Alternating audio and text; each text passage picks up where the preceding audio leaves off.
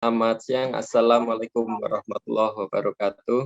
Waalaikumsalam warahmatullahi wabarakatuh. Selamat siang, salam sejahtera bagi kita semua.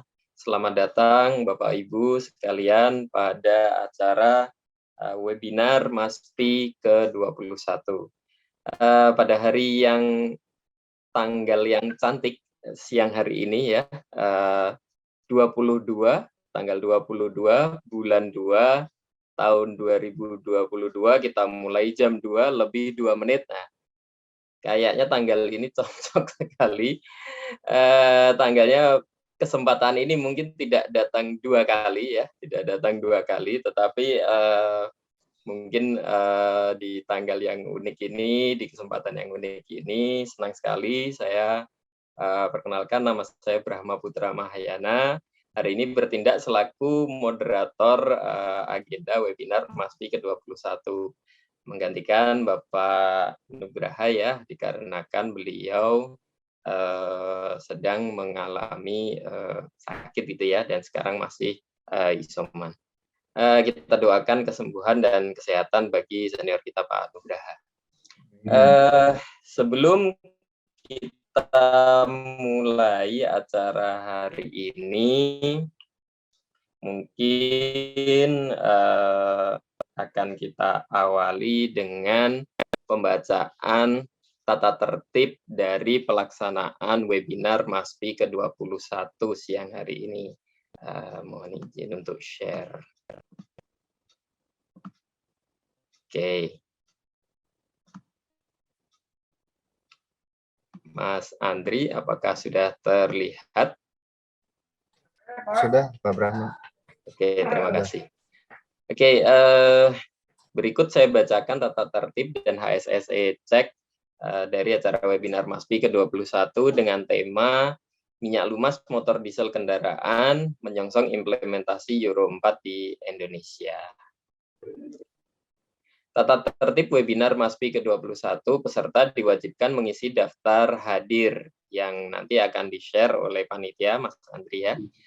Materi dan juga materi akan kami share melalui alamat email yang terdaftar. Jadi tolong pastikan bahwa rekan-rekan mengisi absensi dan memasukkan alamat email yang terdaftar. Acara akan dipandu oleh moderator dan akan berlangsung selama 120 menit dibagi dalam 2 sesi. Pada sesi yang pertama, presentasi akan disampaikan oleh narasumber dengan estimasi waktu 30-45 menit. Pada saat presentasi, mohon bagi para peserta untuk memute mikrofon dan mematikan video ya, supaya koneksi bisa lancar gitu, tanpa ada gangguan. Kemudian pada sesi yang kedua, setelah presentasi dilakukan, akan diadakan sesi pertanyaan dan diskusi. Silahkan mengajukan pertanyaan pada kolom chat yang tersedia. Pertanyaan yang masuk akan dipilih oleh moderator, kemudian peserta yang pertanyaannya dibacakan silahkan menyalakan video dan mikrofonnya apabila ingin berinteraksi langsung dengan pembicara. Dan juga peserta diharapkan berpakaian sopan dan berperilaku tertib saat acara berlangsung.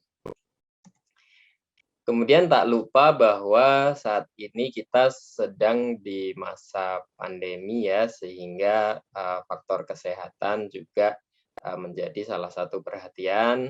Semoga kita semua dalam kondisi sehat walafiat. Kemudian juga kemungkinan besar kita berada di rumah ya. Jika berada di rumah, maka pastikan semua peralatan dapur yang berapi untuk dimatikan, termasuk keran air, heater, setrika, dan yang lain ya. Kemudian jangan lupa mengunci pintu yang dianggap perlu, ambil posisi ergonomik dan senyaman mungkin agar menghindari sakit di bagian pinggang dan tulang bagian belakang. Lalu setting brightness layar senyaman mungkin dan juga audio volume senyaman mungkin gitu ya. Dan sebaiknya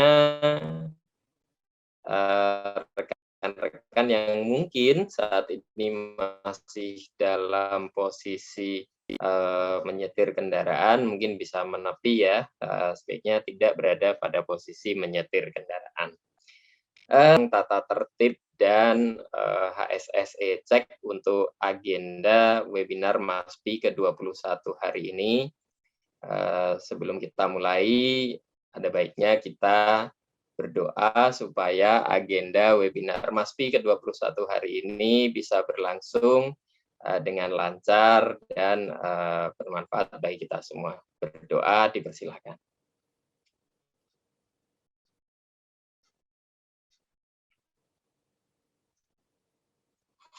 Ya, cukup. Masuk ke acara selanjutnya, akan ada pemutaran video profil MASPI kepada panitia, dipersilahkan.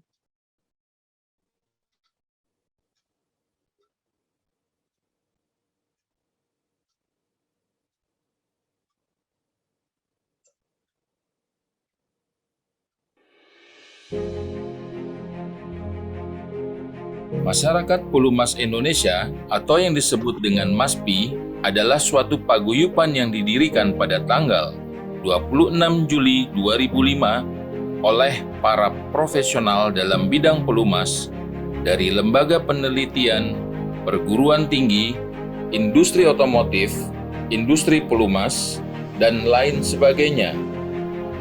MASPI bertujuan untuk meningkatkan kesadaran masyarakat akan pengetahuan terhadap jenis dan karakteristik pelumas serta cara penggunaannya. Selain itu, MASPI juga dapat menjadi salah satu rujukan bagi masyarakat untuk mendapatkan informasi terkait pelumas yang berbasis ilmu pengetahuan dan teknologi.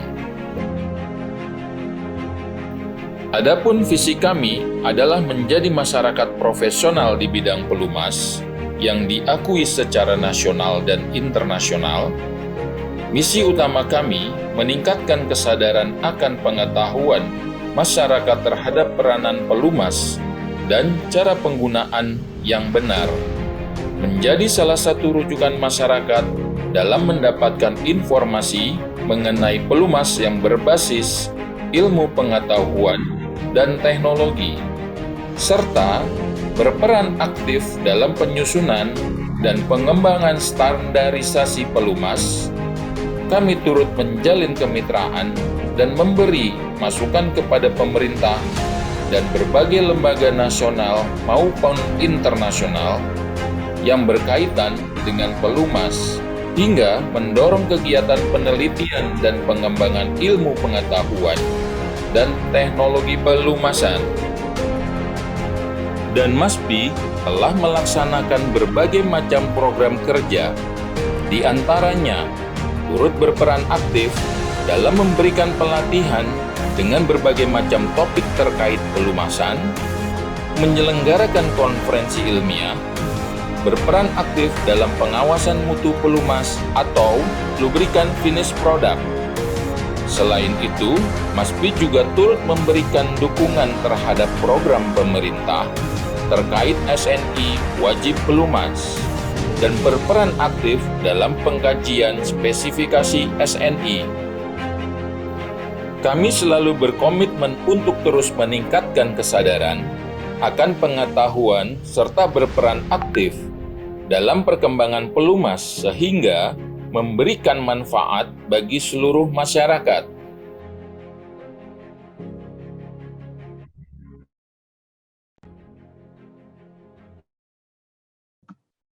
Ya, demikian tadi video profil tentang Masyarakat Pelumas Indonesia atau MASPI. Selanjutnya, mungkin izinkan saya memperkenalkan pembicara kita pada siang hari ini. Sudah hadir bersama kita Mas Alfa Kurniawirga. Selamat siang, Mas Alfa. Selamat siang, Mas Brahma.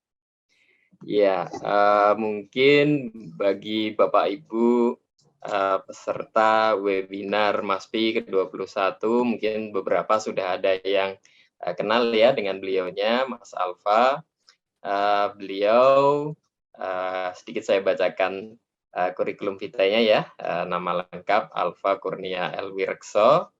Beliau ini kelahiran Bandung gitu ya, kelahiran Bandung, 5 Oktober 87, agama Islam, alamat rumah di Bandung ya. Nomor HP mungkin nanti bisa di japri aja ya Mas Alfa ya, bersama mungkin yang mbak-mbak itu ya nanti. Kemudian berpendidikan di Bandung ya, SD, SMP, SMA-nya, kemudian merupakan alumni dari Universitas Indonesia Teknik Mesin. Dan pengalaman Mas Alfa cukup banyak ya, pernah di PT Dirgantara Indonesia, dan juga sekarang Mas Alfa aktif sebagai Product Development Specialist Diesel Engine Oil di PT Pertamina Lubrikan. Nah, cocok sekali dengan materi kita siang hari ini, di mana memang siang hari ini kita akan membahas tentang produk diesel engine gitu ya. Nah, mungkin supaya tidak terlalu lama, kita persilahkan Mas Alfa untuk mempresentasikan materinya, dan kepada Bapak Ibu sekalian selamat mengikuti. Pada Mas Alfa, waktu dan tempat saya persilahkan. Ya, terima kasih Mas Brahma. Selamat siang Bapak Ibu yang sudah hadir ya. Terima kasih banyak untuk menyempatkan dirinya, menyisihkan waktu untuk hadir dalam webinar MASPI yang ke-21 kali ini ya, 2022 ya. Dalam kesempatan ini saya juga mau banyak berterima kasih kepada tim MASPI ya, sudah membuat acaranya gitu ya, kepada tim panitia. Mungkin nggak bisa saya sebut satu-satu, cuma beberapa di antaranya ada guru saya Pak Yus. Nah, siang Pak Yus katanya ngajar ya hari ini. Ada Pak Esto, rekan saya, Mas Brahma, Mas Adi, Mas Andri, dan lain-lain ya. Senang sekali bisa kembali present untuk MASPI. Terakhir ingat saya present ternyata 2019 ya, tadi saya mikir terakhir present untuk MASPI kapan, tapi ternyata tadi ada gambarnya 2019, waktu itu terkait Promas untuk biofuel. Baik, saya lanjut ya. Ini udah kelihatan kan ya Mas Brahma dan presentasinya? Kelihatan Mas? Oke, ini kita bahas terkait diesel engine oil specification gitu ya, dalam rangka menyongsong untuk peraturan emisi gas buang Euro 4 yang akan aktif 2022 bulan April tanggal 1 gitu ya, 2 bulan lagi kurang lebih gitu. Dan ini perlu saya sampaikan dulu di awal bahwa untuk pembahasan kali ini dalam webinar MASPI sebetulnya lebih ke sharing ya Bapak Ibu, karena sumber datanya sebenarnya bukan keluaran Pertamina, bukan buatan Pertamina gitu ya, tapi dari standar-standar atau institusi internasional dan nasional yang mengeluarkannya. Dan ini materi ini adalah hasil rangkuman dari berbagai sumber tadi, plus browsing-browsing di internet terkait berita-berita yang baru gitu ya. Sehingga misalnya nanti ada pertanyaan yang mungkin jawabannya kurang jelas, atau bahkan kita nggak bisa jawab sama sekali karena nggak ada datanya gitu ya, nanti mungkin Bapak Ibu yang punya data atau punya jawaban yang lebih baik boleh sharing juga di sini ya. Jadi kita masuk pertama, ini outline-nya gitu. Ini ada garis, kenapa ya Mas? Lihat ada garis kayak di situ warna hijau ya. Kita masuk ke outline-nya. Jadi yang pertama kita bahas adalah spesifikasi pelumas mesin diesel gitu ya, dimulai dari API, API itu dari Amerika, kemudian dari JASO untuk Jepang, kemudian ACEA untuk Eropa, dan ini tambahan OEM ya, sebagai reference sebenarnya OEM itu juga sebenarnya ngacu ke spesifikasi yang ada di atasnya, API, JASO, ACEA. Ini 3 spesifikasi utama yang wajar atau lumrah ada di botol pelumas. Kayak contoh misalnya kita lihat ke sini dulu ya, ini contoh dari produknya Pertamina, ini contoh aja gitu ya, karena saya adanya labelnya yang ini gitu. Nah, ini performance level yang dimaksud adalah di sini kualitas pelumas ya, tingkat performance-nya pelumas dari API CI4, itu untuk Amerikanya CI4 gitu ya. Terus di sini ada ACEA untuk yang Eropanya, kemudian dari mulai MB ke bawah ini semua adalah performance level dari OEM. Jadi MB approval Mercedes-Benz gitu ya, MAN, Volvo, dan seterusnya ini dari OEM. Yang sebenarnya ngacu atau ada ekuivalensinya mengacu API atau ACEA gitu ya. Ini bagi sebagian besar orang mungkin nggak terlalu penting gitu ya yang OEM ini, tapi buat orang-orang yang kerja di dunia fleet gitu ya, atau di di dunia di industri pelumasan ini penting karena di mesin-mesin yang mereka punya itu rata-rata untuk bisa tetap klaim garansinya mereka minta pelumasnya harus pakai yang approve atau punya performance level yang sesuai dengan merek mesinnya masing-masing gitu. Jadi buat sebagian besar kita yang mungkin consumer gitu, ya yang penting kita paham API-nya, ACEA-nya dari Eropa atau dari Jepangnya Jaso ya. Kalau untuk Jaso kayak gini modelnya. Terus habis itu kita bahas EPA, emisi gas buang ya dari Amerika itu disebutnya EPA. Terus lanjut ke Euro sama yang berikutnya adalah regulasi di Indonesia ya. Nah, kalau di regulasi di Indonesia nanti kita bahas mengacu peraturan Menteri Lingkungan Hidup ya yang nomor 20 tahun 2017. Ada juga dokumen lain yang bisa kita acu yaitu keputusan Direktorat Jenderal Migas yang nomor 146 tahun 2020. Nanti kita bahas ke sana. Sebenarnya ultimate question-nya di sini adalah nanti Euro 4 di April itu olinya spesifikasinya yang kayak apa yang kita pakai. Nah, itu nanti kita jawab di sana di belakang. Oke, kita mulai dari yang pertama dulu ya. API ini sebagian besar yang ada di sini saya yakin udah paling nggak pernah dengar gitu ya, atau bahkan udah paham terkait API. Jadi API itu ada performance dari Amerika yang intinya ada dua gitu ya, ada API C yang untuk diesel gitu ya, sama API S yang untuk mesin bensin gitu ya. Nah, karena di sini kita fokus ke HDDO, Heavy Duty Diesel Engine Oil gitu ya, kita bahasnya yang C aja gitu. Nah, di sini untuk API sebenarnya straightforward gitu ya, jadi performance levelnya dimulai dari CA sampai ke C yang menuju ke Z gitu.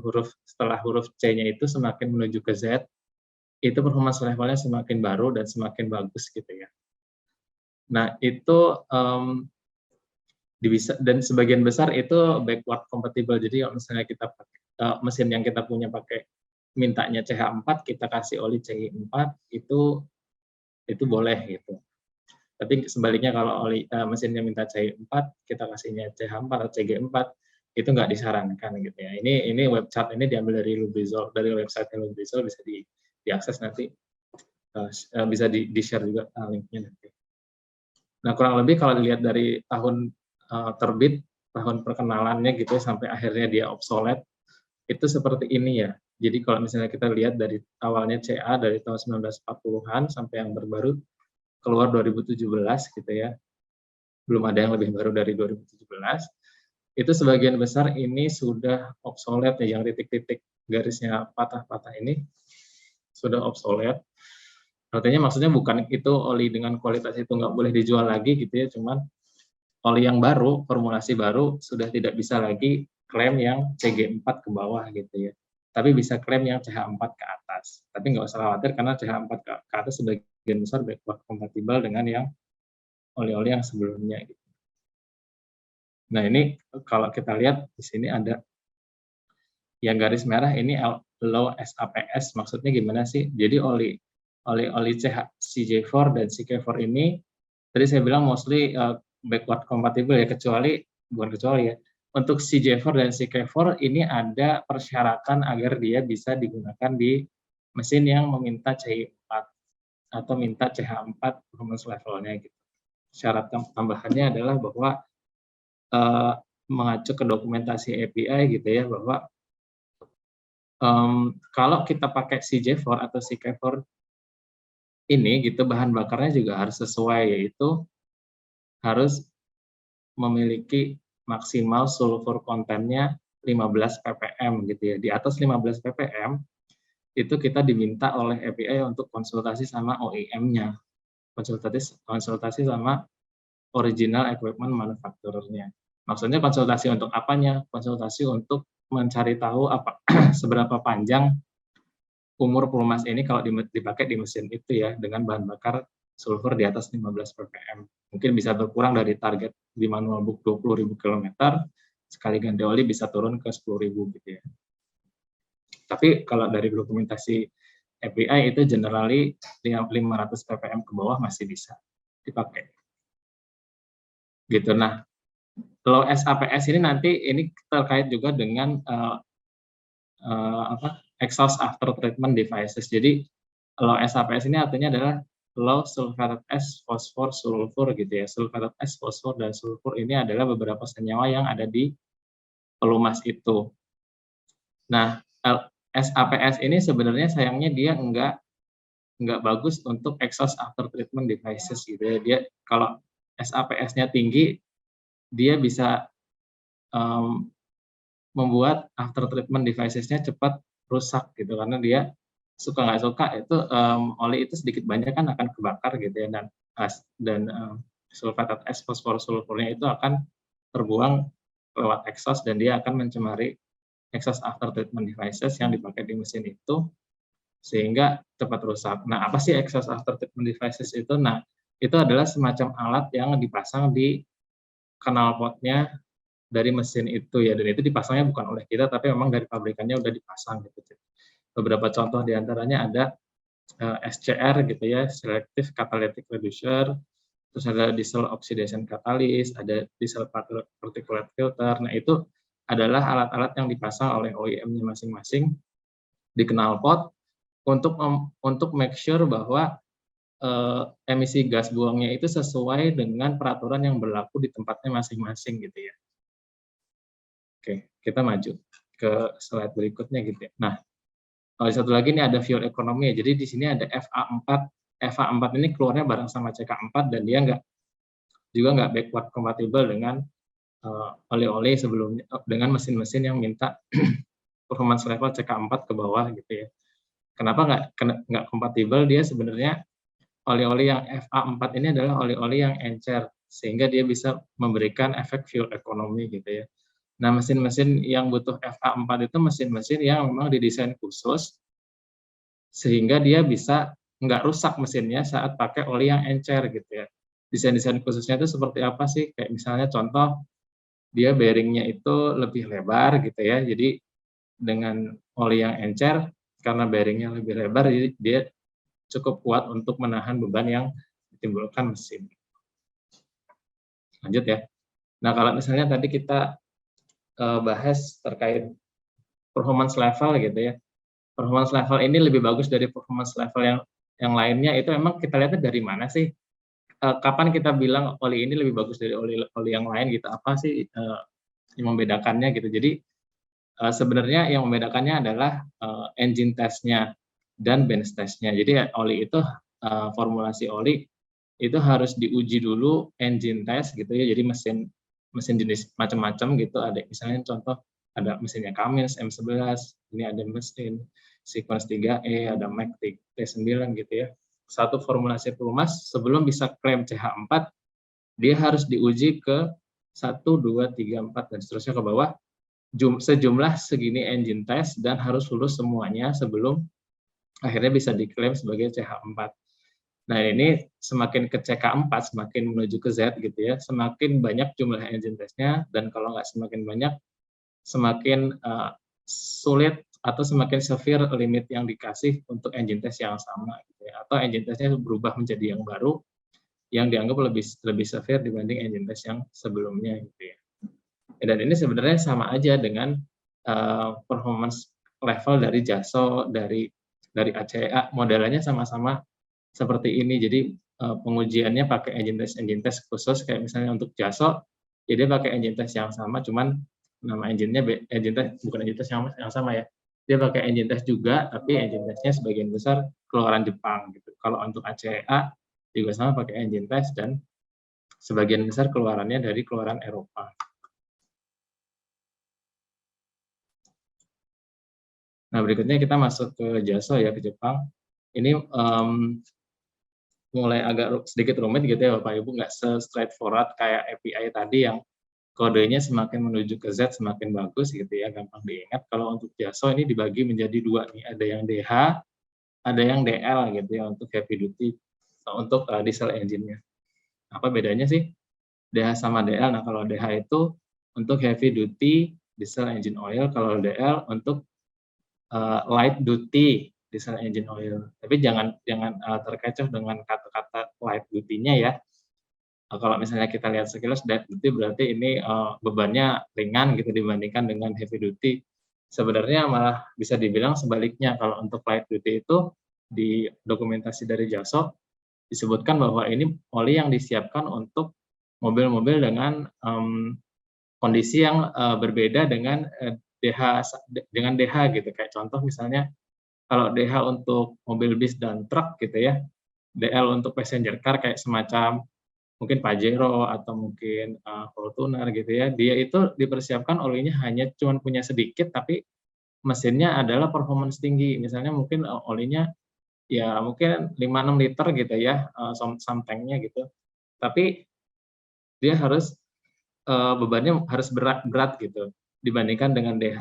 Yang DH olinya karena bentuknya besar ya, bis atau truk itu dia bisa sampai belasan liter atau bahkan puluhan liter gitu ya. Sehingga yang DL ini dipersiapkan dia harus memiliki performance yang lebih dibandingkan dengan DH gitu ya. Nah, kita masuk ke DH dulu di sini ya. Ini DH bisa kita bilang yang basic-nya gitu. Jadi dia high SAPS tapi udah Euro 4 ready. Nanti ini kita bahas lebih detail ya yang Euro-Euroan ini. Dia high subs, maksudnya high subs itu jadinya ya beda sama dengan API tadi ya, ada yang low SAPS, ini juga sama disebutnya mid atau high SAPS gitu yang standar gitu ya. Nah, kalau versi DH2 ini dijadikan low SAPS, jadinya kalau DH1 ini dijadikan low SAPS, jadinya DH2. Tapi bukan berarti DH2 ini performance levelnya lebih tinggi dari DH1 ya. Dari jasa disampaikan bahwa ini diharapkan DH2 punya performance yang sama dengan DH1, tapi versi low subs-nya gitu. Nah, kalau DH2 ini dikasih fuel ekonomi, jadinya 2F gitu ya. Fuel ekonominya sekitar 4-7% lebih baik dari reference angkanya dari JASO gitu. Ini dapat spesifikasi 2F.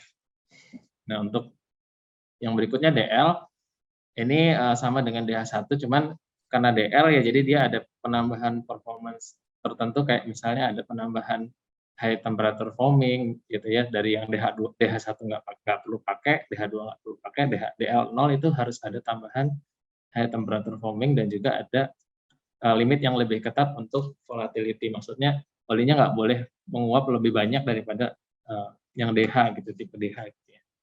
Terus yang DL1 ini, yang DL ini bisa dijadikan versi low subs juga gitu, tapi namanya jadi DL1, dan sebenarnya dia selain kalau dibandingkan dengan DH2 gitu, itu lebih rendah lagi tingkat batasan sulfated S sama fosfornya. Dan selain itu juga dapat tambahan mild fuel economy ya, sekitar 2,5%. Kalau tadi yang 2F ini dari mulai 4-7%, ini 2,5% aja, dan better oxidation stability dibandingkan dengan yang DH2, DH1 pun DL0. Nah, yang DL1 ini kalau misalnya sulfated S-nya diubah lagi gitu ya, dinaikkan menjadi 0, ini tadinya 0,6 maksimal gitu ya. Kalau dinaikkan ke 0,7 sampai 0,8, jadinya DL2, dan ini baru keluar 2021. Ini kalau misalnya kita lihat dari tahun terbitnya, pertama kali ada JASO itu cuman ada DH1 di tahun 2001 ya. Terus di tahun 2005 ada 2 nih, langsung DH2 sama DL1 mulai muncul di situ. Kemudian di tahun 2017 ada DH2F sama DL0 muncul. Kemudian di 2021 baru tahun kemarin muncul DL2. Seperti itu. Berikutnya, JASO ini tidak menggunakan kode API yang tadi ya, yang straightforward, semakin tinggi semakin bagus. Terus pertanyaannya jadinya, bagaimana cara memastikan pelumas performance-nya mengikuti perkembangan teknologi mesin gitu ya. Kalau misalnya kita lihat tadi yang JASO ini kan JASO DH1 keluarnya tahun 2001 gitu ya. Sampai sekarang nggak berubah, tetap DH1 namanya masih aktif gitu ya. Terus emang bisa DH1 tahun 2001 capable dipakai di mesin yang baru keluaran misalnya 2017 gitu ya, kan udah 16 tahun tuh. Nah, itu di JASO sebenarnya dia pakai metode tanggal gitu ya. Jadi di sini contoh misalnya gini. Jadi intinya formula yang ada di yang dibuat di tahun-tahun yang lama, di tahun-tahun yang baru ini sudah tidak boleh lagi beredar. Contoh misalnya untuk Februari 2022 misalnya gitu ya. semua produk DH1 yang diproduksi itu harus menggunakan formula yang sudah lulus sesuai dengan spesifikasi JASO misalnya DH1 gitu ya, yang mengacu spesifikasi tahun 2015 ke atas. Misalnya kita posisinya di sini di 2022, jadi harus menggunakan spesifikasi tahun 2015 ke atas. Jadi bisa pakai 2015, 2017 atau 2021.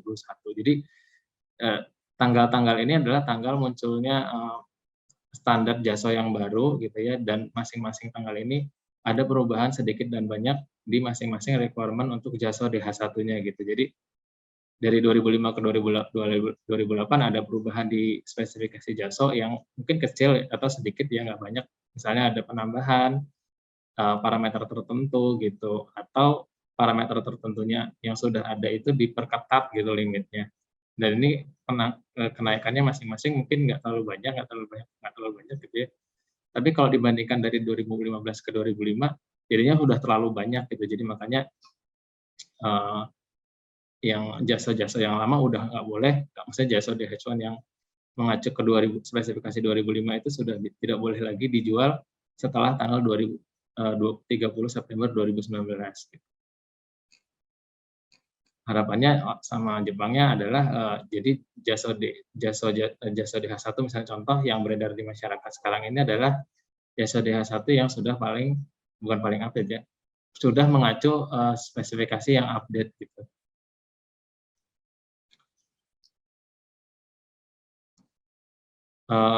Oke, yang berikutnya ACEA ini mulai sedikit lebih rumit dibandingkan JASO gitu ya. Jadi di ACEA ini versi Eropa itu dibagi menjadi 2 passenger car, ada A garis miring B dan C gitu ya. Sedangkan untuk yang heavy duty itu pakai kode E. Jadi passenger car ini ada yang pakai mesin bensin, ada yang pakai mesin diesel, tapi dia passenger car, jadi kayak semacam light duty-nya gitu ya.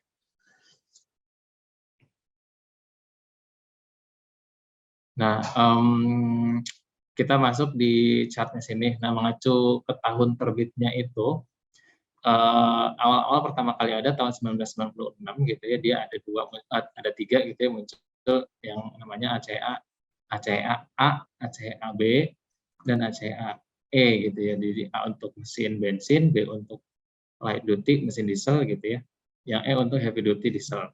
Nah di tahun 2004 yang A dan B ini gabung jadi satu, jadi A garis miring B gitu ya, ada kode 1 dan 3 dan seterusnya itu tergantung performance-nya. Terus di 2004 ini juga muncul kategori C, yaitu kategori catalyst compatible. Ini maksudnya oli-oli yang tidak merusak exhaust after treatment, jadi dia punya batasan SAPS yang tertentu gitu ya, sama kayak JASO sama kayak API juga tadi. Begitu, dan ACAE dari awal sampai sekarang ada perubahan penambahan atau penghapusan gitu ya dari 1996 sampai ke 2016 gitu.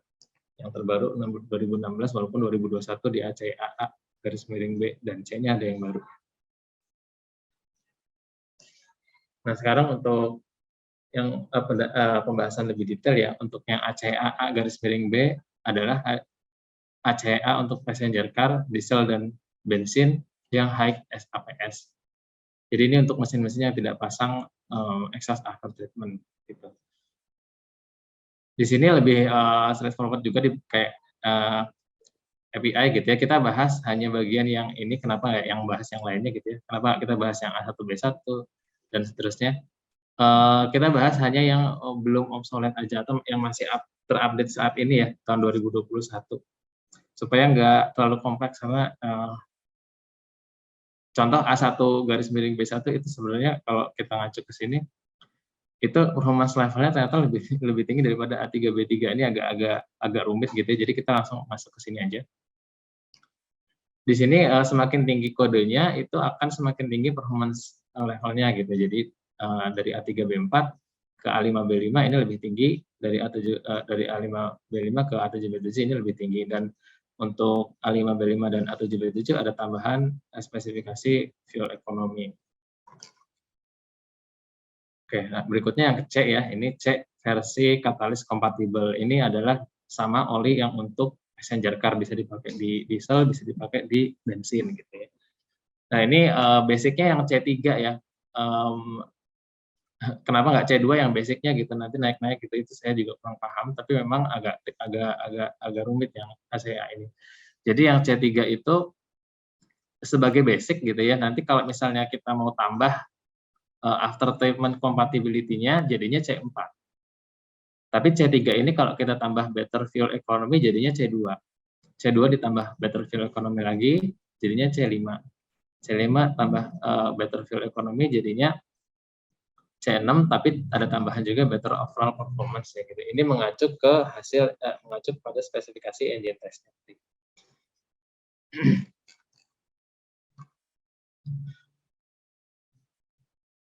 Ini harus diperhatikan versi C yang fuel economy ini ya, karena fuel economy ini disebutkan juga bahwa ini bukan untuk semua mesin. Jadi karena fuel economy itu cenderung oli-olinya pada encer gitu ya, nggak semua mesin itu disiapkan untuk memakai pelumas yang encer. Takutnya mesinnya cepat rusak atau cepat berkurang performance-nya karena nggak disiapkan. Kayak misalnya tadi bearingnya masih yang versi biasa, bukan yang versi lebar. Jadi kalau pakai oli yang lebih encer, bearingnya bisa kena gitu, semacam. Ini web chart-nya ada di sebelah sini untuk sebagai referensi, ada referensi apa aja yang berubah gitu ya. Berikutnya kita masuk ke ACA yang untuk heavy duty yang versi E gitu ya. Di sini lebih gampang kita lihatnya bukan ke web chart tapi ke kayak kuadran gini ya. Ini kuadran yang sebelah kiri adalah yang high SAPS untuk di sini untuk mesin disebutkan di sini untuk mesin yang pakai EGR, pakai SCR masih bisa tapi tanpa DPF gitu ya. EGR itu apa? EGR itu exhaust gas recirculation, nanti kita bahas di slide-slide berikutnya. SCR selective catalytic reducer, DPF diesel particulate filter. Nah, di high subs ini ada 2 performance level yang masih belum obsolete gitu ya. Kita nggak bahas yang E2, E3, E5 yang sudah obsolete, kita langsung ke sini aja biar nggak terlalu kompleks. Jadi di sini dari yang high subs ini ada 2 performance level yaitu E4 dan E7. Dan E4 diposisikan lebih tinggi performance-nya daripada E7 gitu. Kalau di sini disebut ultra high performance diesel, di sini super high performance diesel. Jadi E4 ini kodenya lebih rendah daripada E7 gitu ya, tapi dia performance levelnya lebih tinggi daripada E7. Dan dia sudah capable untuk Euro 4 backward compatible dengan Euro 5 backward compatible dengan Euro 4, Euro 3, Euro 2, Euro 1. Dan yang sebelah kanan ini versi low atau mid SAPS gitu ya. Tadi kalau yang versi passenger car-nya versi C-nya lah istilahnya gitu. Yang ini untuk heavy duty versi E-nya itu dia masuk ke ACAE dan ECA E6 dan E9 gitu. Dan di sini diposisikan sama E9 atau E6 itu performance levelnya lebih tinggi daripada E9. Infonya di tahun 2021 sebenarnya direncanakan ada perubahan spesifikasi ACA ya, katanya ACA E6 ini diganti E8 gitu, dan E9 diganti ke E11. Cuman saya terakhir cek di websitenya ACA itu ternyata dokumen yang diupload ternyata di ACA-nya yang versi E belum ada perubahan gitu, masih sama seperti ini dan masih spesifikasi yang masih mengacu 2016 sebenarnya. Bahkan diinfokan juga di tahun 2021 atau lebih baru lagi mungkin 2022 atau yang seterusnya gitu ya, akan ditambahkan performance level yang untuk fuel ekonominya. Tapi belum ada dan katanya infonya nanti ada ACAF gitu ya untuk yang fuel ekonomi. Tapi belum ada. Terus kenapa ini langsung ke ACA E11 nggak ACA E10 dulu gitu ya? Itu nggak ada infonya kalau bagian itu. Memang mungkin kerumitannya ACA di situ ya. Ini selain yang tadi ACA juga pakai sistem tanggal juga ya. Jadi ini mirip dengan jasa tadi. Misal untuk tahun 2022 gitu ya, kita bisa mendaftarkan ACA formulasi. Ini maksudnya dari sudut pandang oil maker ya, oil manufacturer gitu ya. Kita bisa mendaftarkan ACA formulasi kita mengacu ke standar tahun 2016 gitu ya. Tapi nanti di tahun 2023 kita sudah tidak boleh lagi pakai versi 2016, tapi harus pakai 2021 karena sudah obsolete gitu ya. Tapi perlu diingat di sini bukan berarti nggak boleh ada lagi produk di pasar dijual gitu ya dengan klaim yang misalnya ACEA E5 gitu dijual. Padahal kan ACEA E5 sudah obsolete gitu ya. Tadi kalau misalnya kita lihat ke gambar yang awal tadi, di sini 2016 itu udah nggak ada lagi E1, E2, E3, E5 udah nggak ada gitu ya. Tapi bukan berarti kita di pasaran nggak boleh ada lagi yang jual E1, E2, E3, E5 masih boleh. Ini tadi info yang tadi ini adalah berkaitan dengan performance level yang belum obsolete gitu ya. Kayak misalnya contoh kita misalnya balik lagi ke sini ya. Misalnya kita lihat ke yang ACEA E3 gitu ya. Salah, yang C3 di sini ya. Kan ini di 2021 belum obsolete, di 2016 belum obsolete, di 2012 belum obsolete, 2010 belum obsolete. Maksudnya di sini dari pertama kali muncul 2004 sampai sekarang ACEA C3 masih ada gitu ya. Nah, di situ ACEA bilang di sini bahwa ini sudah kalau kita masih mau ngeklaim ACEA C3 di oli kita itu nggak boleh mengacu ke yang 2004 spesifikasinya, tapi harus mengacu ke yang belum obsolete, yaitu ke 2016 karena yang versi 2012 ke bawah ini sudah obsolete di tahun 2018.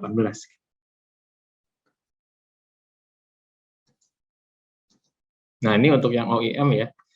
Ini sebagai reference aja karena sebenarnya basically mereka ngacu ke spesifikasi dari yang API, ACEA atau JASO.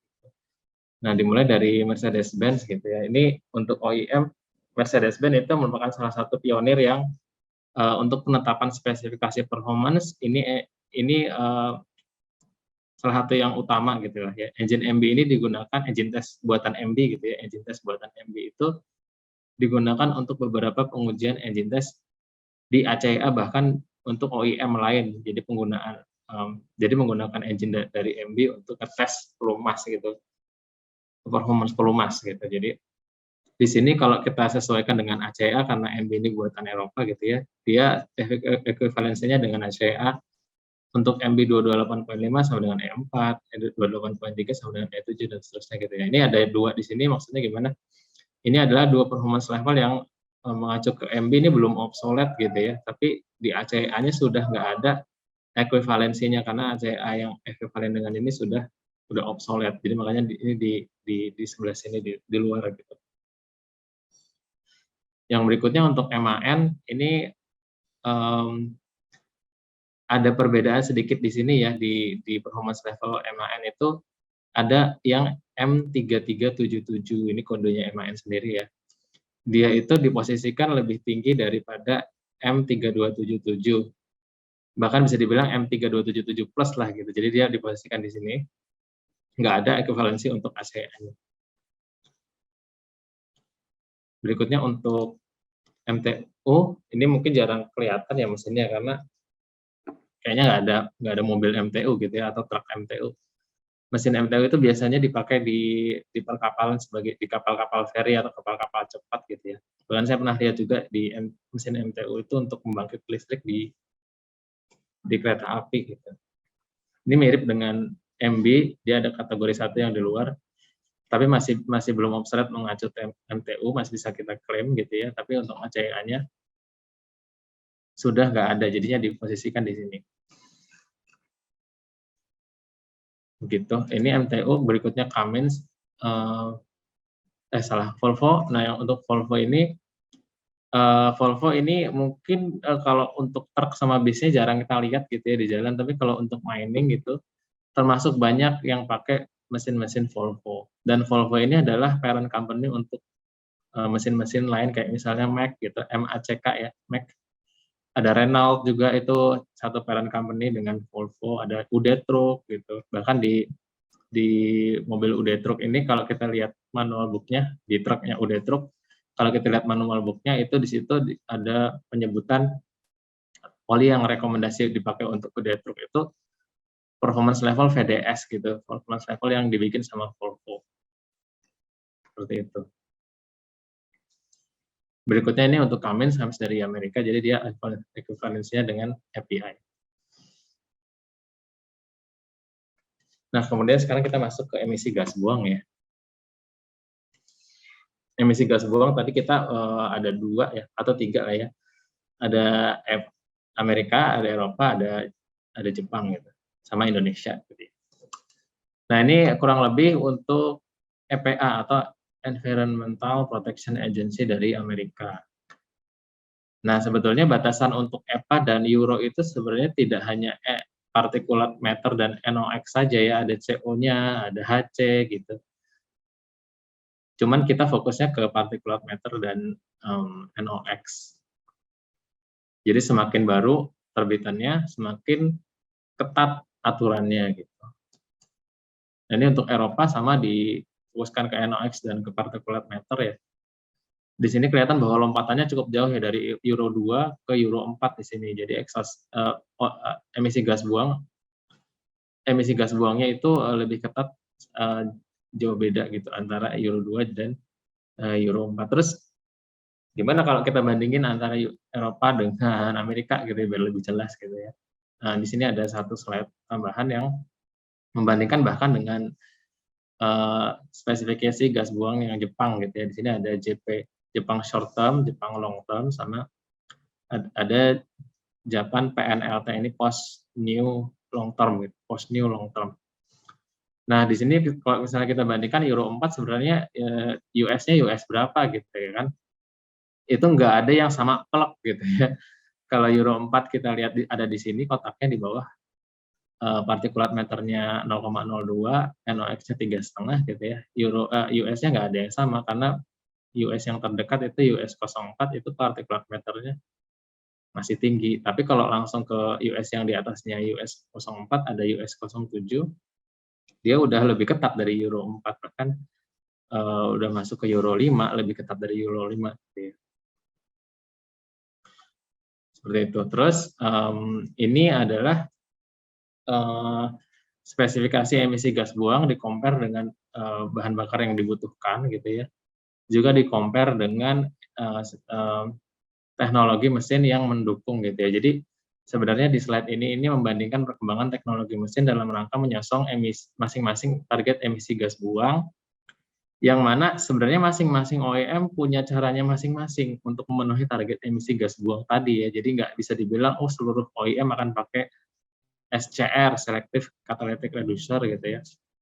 Atau nggak bisa disamakan semua akan pakai EGR atau plus DOC gitu ya. Ini cuma pilihan aja.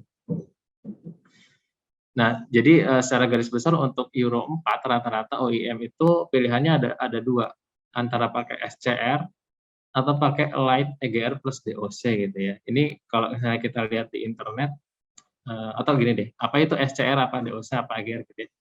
SCR adalah Selective Catalytic Reducer, yang intinya dia mengkonvert NOx menjadi N2 dan O2 gitu ya. Dan dia butuh tambahan urea.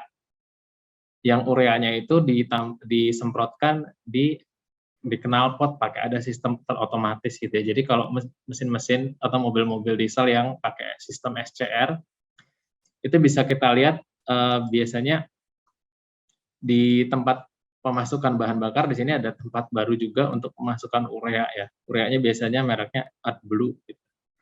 Dan kalau nggak salah infonya itu setiap kali kita ngisi bensin, ngisi diesel fuel-nya ini 3 kali ngisi gitu ya, ngisi full, habis, ini baru sekali ngisinya yang ini sampai full. Harganya sekitar 1/3 sampai setengah dari harga diesel fuel-nya si AdBlue. Nah, itu penggunaan SCR. Nah, kemudian pilihan lain adalah menggunakan EGR, exhaust gas recirculation. Intinya adalah sebagian gas buangnya oleh sistem ini dimasukkan kembali ke intake gitu ya, untuk dibakar kembali dengan tujuan untuk mengurangi peak temperatur atau temperatur tertingginya di ruang bakar mesin gitu. Dengan penurunan temperatur tertinggi, harapannya NOx yang terbentuk di temperatur tinggi itu akan berkurang pembentukannya karena temperaturnya tidak lagi tinggi, karena bahan bakar karena udara yang dimasukkan itu konten oksigennya lebih sedikit gitu dibandingkan dengan tanpa EGR. Sedangkan DOC, diesel oxidation catalyst, ini adalah alat yang mengoksidasi atau merubah HC yang belum terbakar menjadi HC dan CO yang belum terbakar menjadi H2O dan CO2 gitu ya. Ini salah satu alat-alatnya. Nah, jadi OEM masing-masing itu punya pilihannya masing-masing. Kayak misalnya kalau kita di internet gitu, yang saya baca ada MB itu dia pendekatannya pakai SCR ya, sama UD Truck juga bareng dia pakai SCR gitu. Terus OEM lain kayak Isuzu, Hino gitu, mungkin nanti ada sisi webinarnya sendiri untuk ini, mudah-mudahan ke depannya ya, mudah-mudahan bicara dari ATPM gitu atau dari OEM gitu. Itu Isuzu sama Hino di internet itu diberitakan dia pakainya common rail gitu, metode common rail. Ya, itu pendekatannya masing-masing OEM bisa beda-beda, tapi sekilas seperti ini. Gitu ya. Berikutnya kita masuk ke emisi gas buangnya di Indonesia gitu ya. Nah, di Indonesia ada 2 dokumen utama yang bisa kita acu. Yang pertama, Peraturan Menteri Lingkungan Hidup tahun 2017 gitu ya, nomor 20, sama keputusan Dirjen Migas nomor 146 tahun 2022. Tahun 2020. Bentuknya di dokumen peraturan menterinya sebenarnya seperti ini ya, jadi nggak disebut sebagai Euro 4 gitu, cuman di peraturan menteri tahun 2017 itu disebutkan bahwa nanti 4 tahun lagi gitu, tulisannya 4 tahun lagi, ini emisi gas buangnya berlaku yang seperti ini gitu. Jadi 4 tahun lagi harusnya 2021 ya, cuman ditunda karena COVID gitu ke 2022. Aturannya adalah seperti ini. Jadi CO, HC, NOx itu aturannya ada batasan-batasan seperti ini. Ini tergantung metode pengujiannya ya, ada ESC, ada ETC gitu. ESC adalah Europe Stationary Cycle, ETC Europe Transient Cycle gitu ya. Intinya ini adalah pengujian yang mesinnya dicabut dari mesin mobilnya gitu, terus ditaruh di dyno dan diujikan pakai cycle-cycle tertentu gitu ya. Dan ini aturannya kalau kita sama-samain ini akan sama plug dengan Euro, aturan yang di Euro. Sini juga ada metode lain gitu ya, yang kalau kita lihat tergantung dari bobot mesin plus kendaraannya gitu ya. Jadi gross vehicle weight gitu tulisannya. Masing-masing gross vehicle weight punya target emisi gas buang yang masing-masing. Jadi kalau kita lihat Euro 4 ada di sini, dan ini sama-sama pakai ESC atau ETC gitu ya. Ini mirip sama yang tadi di tabel yang ada di peraturan menteri tadi. Nah, dokumen berikutnya adalah di sulfur bahan bakar ya. Nah, di sulfur bahan bakar ini diminta oleh Euro 4 adalah maksimal ppm kandungan sulfurnya adalah 50 ppm. Ya, kalau dilihat lagi tadi kan sebenarnya nggak ada, mana sulfur di sini nggak ada kan gitu ya, aturan sulfur.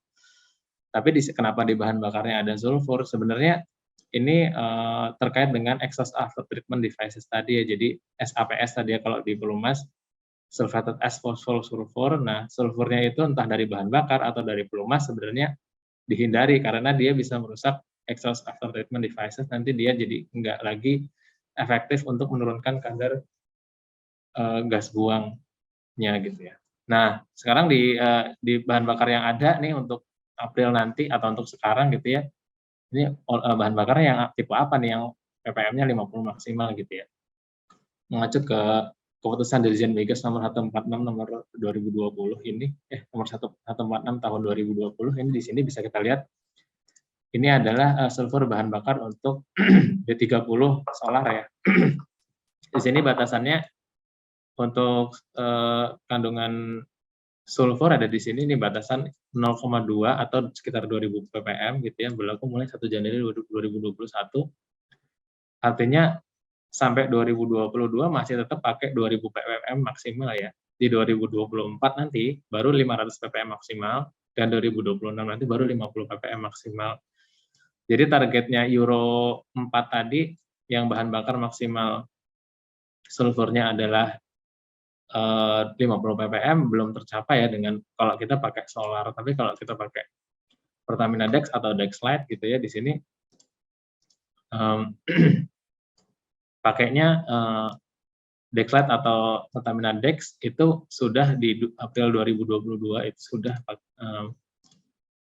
sudah batasannya 50 ppm maksimal. Jadi kalau misalnya kita beli mobil baru gitu ya nanti di 2022 atau 2023 untuk make sure aja gitu ya. 2023 kita beli mobil baru itu maka most likely kita akan dapat mobil yang sudah siap dengan Euro 4 dengan penggunaan exhaust after treatment yang masing-masing gitu ya. Dari masing-masing OEM bisa beda-beda gitu. Jadi kita nanti lihat dia pakai EGR kah atau pakai SCR kah. Kalau SCR berarti kita harus siapin juga beli AdBlue-nya nanti atau pakai bahkan DPF gitu ya. Yang diesel particulate filter, yang artinya olinya harus kita sesuaikan juga dan bahan bakarnya juga harus kita sesuaikan karena kalau enggak nanti exhaust after treatment device-nya akan cepat rusak gitu ya kalau kita pakai bahan bakar yang sulfurnya enggak sesuai dengan target Euro 4-nya tadi. Terus pertanyaannya sekarang di 1 April 2022 emisi gas buangnya udah Euro 4 gitu, terus pakai pelumas kualitas apa kan gitu ya. Nah, karena ini emisi gas buangnya keluaran Euro gitu, maka kita akan susah kalau cari oli yang atau akan susah cari dokumen yang mengaitkan Euro 4 dengan API gitu ya. Padahal sebagian besar dari kita itu taunya atau kenalnya tuh API daripada ACEA gitu ya. Kalau kita balik lagi ke gambar yang ACEA tadi. Di sini nah kita di 2022 nanti Euro 4 kita pakainya yang apa? ACEA tipe apa. Nah, ternyata setelah dibaca di dokumentasi ACEA, minimal untuk Euro 2020 untuk penggunaan Euro 4 itu olinya yang sudah capable adalah menggunakan oli yang minimal E7 ya. E7 itu yang di sini tadi. Yang di sini E7 minimal E7. Boleh pakai E4 boleh pakai E6 boleh, E9 boleh karena ini backward compatible ke Euro 4 gitu. Tapi minimal E7 gitu. Tapi kan saya nggak ngerti Pak, saya ngerinya API, dan kalau API-nya API apa pertanyaannya gitu kan, balik lagi ke sana. Jadi sebenarnya kalau saya lihat dari sisi oil maker, sebenarnya sebagian oil maker itu kalau dia mengeluarkan ACEA E7, biasanya dia juga mengeklaim dalam oli yang sama itu API-nya ada API-nya gitu. API-nya rata-rata sudah API CI4 gitu. Tapi bukan berarti semua API CI4 itu pasti capable Euro 4, maksudnya pasti capable ACEA E7 gitu ya. Karena saya coba cek di internet, sebenarnya ada juga nih yang dia klaimnya CI4 tapi ACEA-nya masih E5 gitu. E5 artinya dia belum Euro 4 tapi masih Euro 3. Nah, untuk oli-oli tertentu kayak di Pertamina Lubricants sebenarnya bahkan API CH4-nya Pertamina Lubricants dari 2016 itu sudah ACEA E7 tapi belum CI4. Masih CH4 klaim yang kita klaim di botolnya gitu ya. Itu sudah ACEA E7 artinya sudah ready. Artinya kalau oli-oli pelanggan-pelanggan atau konsumer-konsumer kita yang sudah pakai ACEA E7 selama ini, begitu nanti beli mobil baru untuk perusahaan fleet misalnya, sudah biasa pakai CH4 yang ada ACEA E7-nya gitu, atau sudah biasa pakai CI4 selama ini yang ada ACEA E7-nya, ya begitu nanti beli mobil baru 2022 atau 2023, ya udah nggak usah bingung masalah olinya sekarang pakai apa, udah pakai itu aja terus karena udah ACEA E7. Tapi bagi yang tadinya masih pakai oli yang lebih rendah dari ACEA E7 kayak misalnya ACEA E2, E3 gitu, mesti harus siapkan rencana untuk beli oli yang lebih capable gitu ya. Tapi bukan berarti kita misalnya kita pakai oli yang E2 atau E3 gitu atau E5 kita masukin ke mesin yang sudah minta E7, itu mesinnya langsung rusak. Sebenarnya sih enggak juga. Enggak bakal langsung jebol di esok harinya gitu. Tapi target mesinnya untuk bisa beroperasi dengan performance maksimalnya itu akan turun. Misalnya targetnya 250.000 km baru dia kerasa agak turun performance-nya gitu ya. Ini mungkin di 50.000 atau di 100.000 udah kerasa ada penurunan performance gitu. Jadi singkat cerita seperti itu Mas Brahman dan teman-teman yang hadir hari ini ya, terkait spesifikasi pelumas. Mungkin kita lanjut ke pertanyaan ya Mas Brahma ya.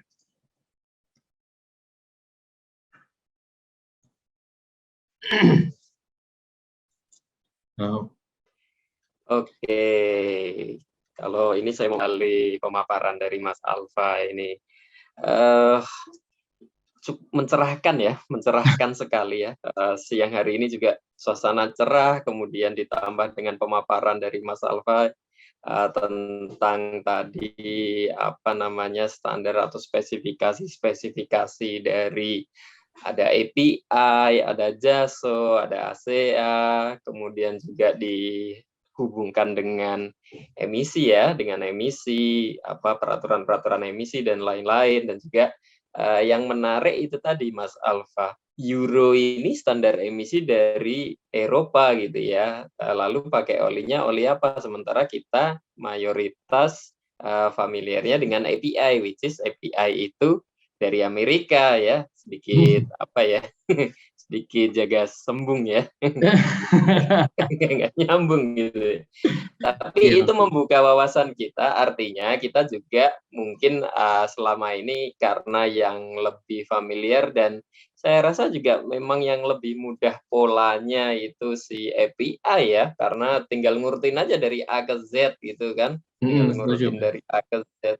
Sementara kalau yang ACA tadi, yang E4 sama E7 tinggian E4, sedangkan yang apa tadi Mas, yang C ya, E9 dan E6 gitu. Iya, jadi polanya agak kebalik. Jadi ya ini mencerahkan juga, artinya kita mungkin harus membuka-buka kembali gitu ya. Kita harus melihat lagi dokumen-dokumen karena memang pola dari pola dari spesifikasi ini memang berbeda gitu ya, tidak semua memiliki pola yang sama. Dan kalau kita kembalikan ke Euro tadi, karena Euro itu aturan dari Eropa, dan ternyata selain dari Euro juga ada ya aturan dari mana tadi Mas, Amerika dengan EPA-nya atau TAIR gitu ya.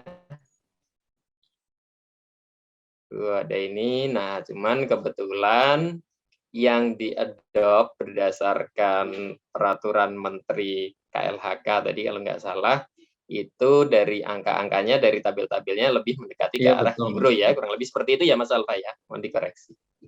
Ya, oke, luar biasa sekali Mas Alfa siang hari ini. Mungkin sambil Mas Alfa istirahat dulu ya, sambil kita saya mengingatkan kembali ini bagi Bapak Ibu peserta webinar MASPI, yang pertama adalah untuk mengisi link absensi yang sudah di-share di kolom chat.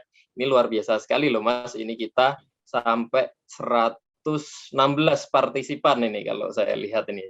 Ini cukup banyak ini pesertanya, ini semuanya antusias ingin mendengarkan penjelasan dari Mas Alfa tadi terkait diesel engine oil gitu. Ya, sebagian besar teman sendiri ya Mas ya isinya. Iya, nggak apa-apa, yang penting partisipannya banyak dulu. Dan juga tak lupa untuk mengisi absen karena nanti materinya akan di-share melalui absen ya. Jadi jangan khawatir Bapak Ibu peserta, tadi mungkin ada yang joinnya nggak dari awal gitu ya, join di tengah-tengah, ya mungkin nanti bisa dari si materi.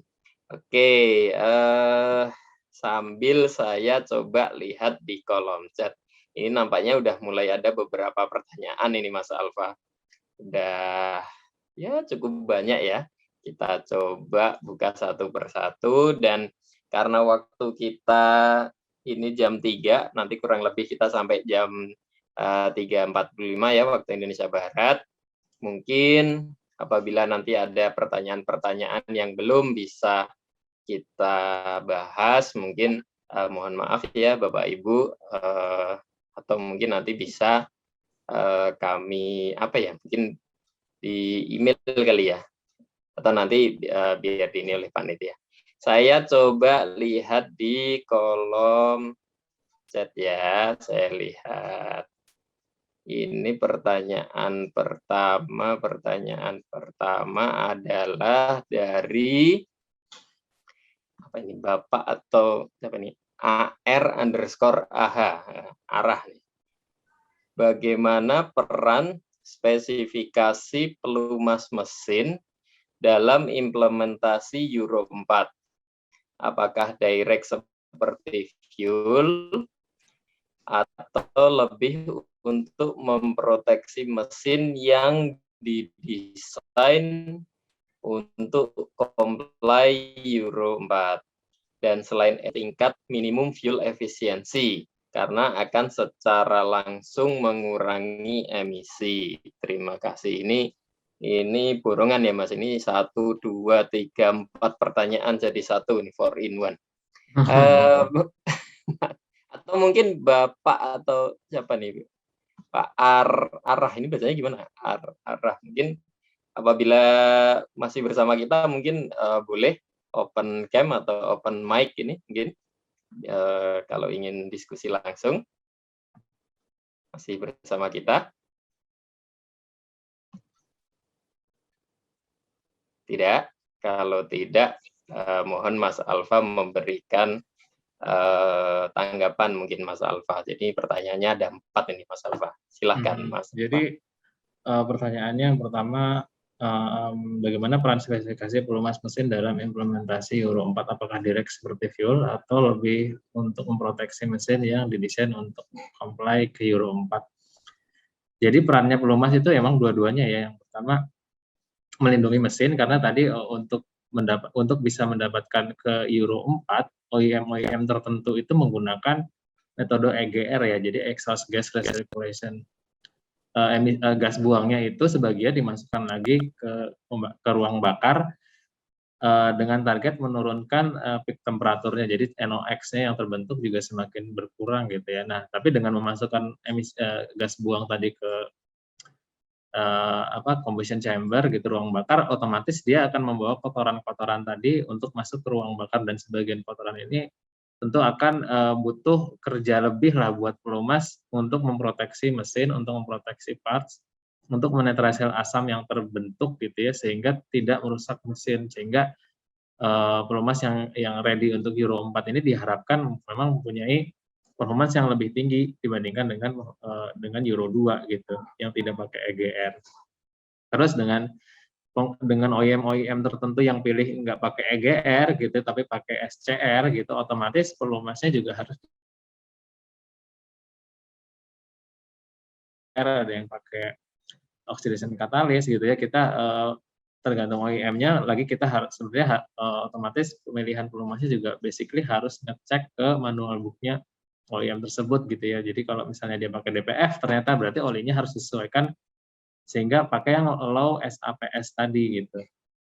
Nah, basically sebenarnya kalau misalnya kita pikir-pikir ya wajar sih ya kalau misalnya kita beli mesin, beli mobil, atau beli ya apapun itu, bahkan beli handphone gitu ya, beli kalkulator bahkan gitu ya, itu pasti dikasih manual book sama OEM-nya gitu ya. Kalau di kalkulator paling enggak isinya itu nanti baterainya tipe apa nih kalau baterai kalkulatornya habis gitu ya, atau buka kompartemen baterainya tuh gimana caranya gitu. Paling enggak nanti ada informasi itu ya di manual book. Nah, untuk mesin juga diharapkan kita baca manual book-nya juga. Jadi di manual book-nya itu disarankan nanti oli tipe apa, misalnya API-nya tipe C apa gitu, atau ACA apa gitu, sehingga kita nggak bingung, nggak susah pilih oli sebenarnya ke arah sana sih, Mas.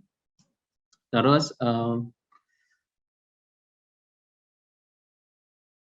iya, untuk memproteksi mesin betul. Terus selain SAPS, apakah ada persyaratan tingkat minimum fuel efficiency karena akan secara langsung mengurangi emisi? Untuk Euro sebenarnya nggak ada sih ya, nggak ada persyaratan. Kalau kita lihat dari speknya tadi ya, persyaratan fuel efficiency untuk Euro 4 itu tadi kita lihatnya ke ACA, dan di ACA itu untuk ACAE gitu ya, untuk ACAE itu tidak ada persyaratan untuk fuel efficiency, dan baru akan ada nanti di updatean ACA berikutnya yang ada tipe F gitu, tapi kita nggak tahu kapan akan keluar gitu ya. Begitu.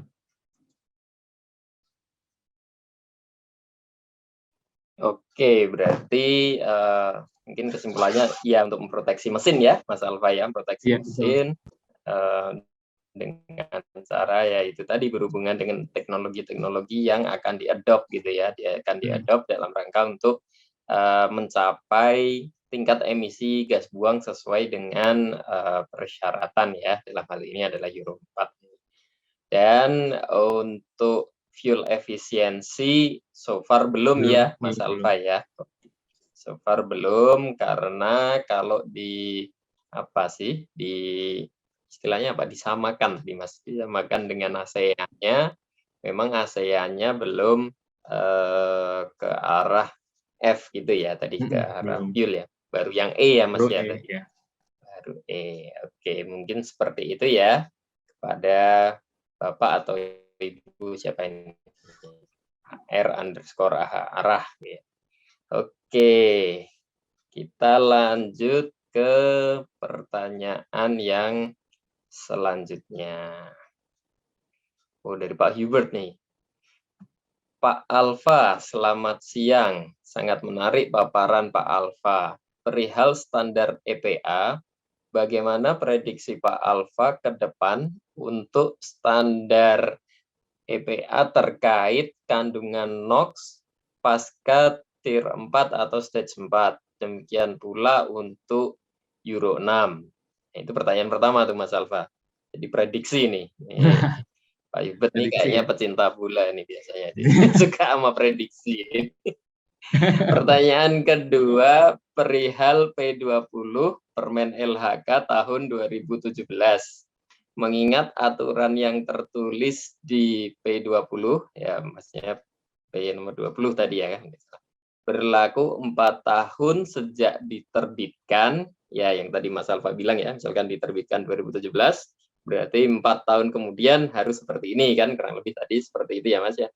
Maka sejauh mana aturan-aturan yang dituangkan telah efektif diterapkan.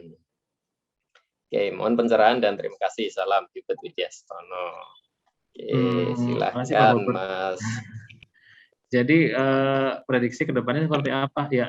Pada dasarnya kedepannya akan sama, trennya semakin rendah ya, particulate matter, CO gitu, atau NOx ya, diharapkan semakin ke depan semakin rendah. Cuman mungkin gitu ya, mungkin kedepannya akan semakin sulit dicapai oleh mesin yang full cuman pakai bahan bakar fosil aja gitu ya. Mungkin kedepannya nanti akan lebih mudah dicapai kalau misalnya pakai gabungan, mungkin pakai hybrid atau bahkan full elektrik gitu ya, yang tanpa ada emisi ke depannya. Nah, pertanyaan kedua tadi, bagaimana nih setelah diterapkan 4 tahun? Sebenarnya memang di 2017, di aturan Menteri 2017 itu aktif 4 tahun setelah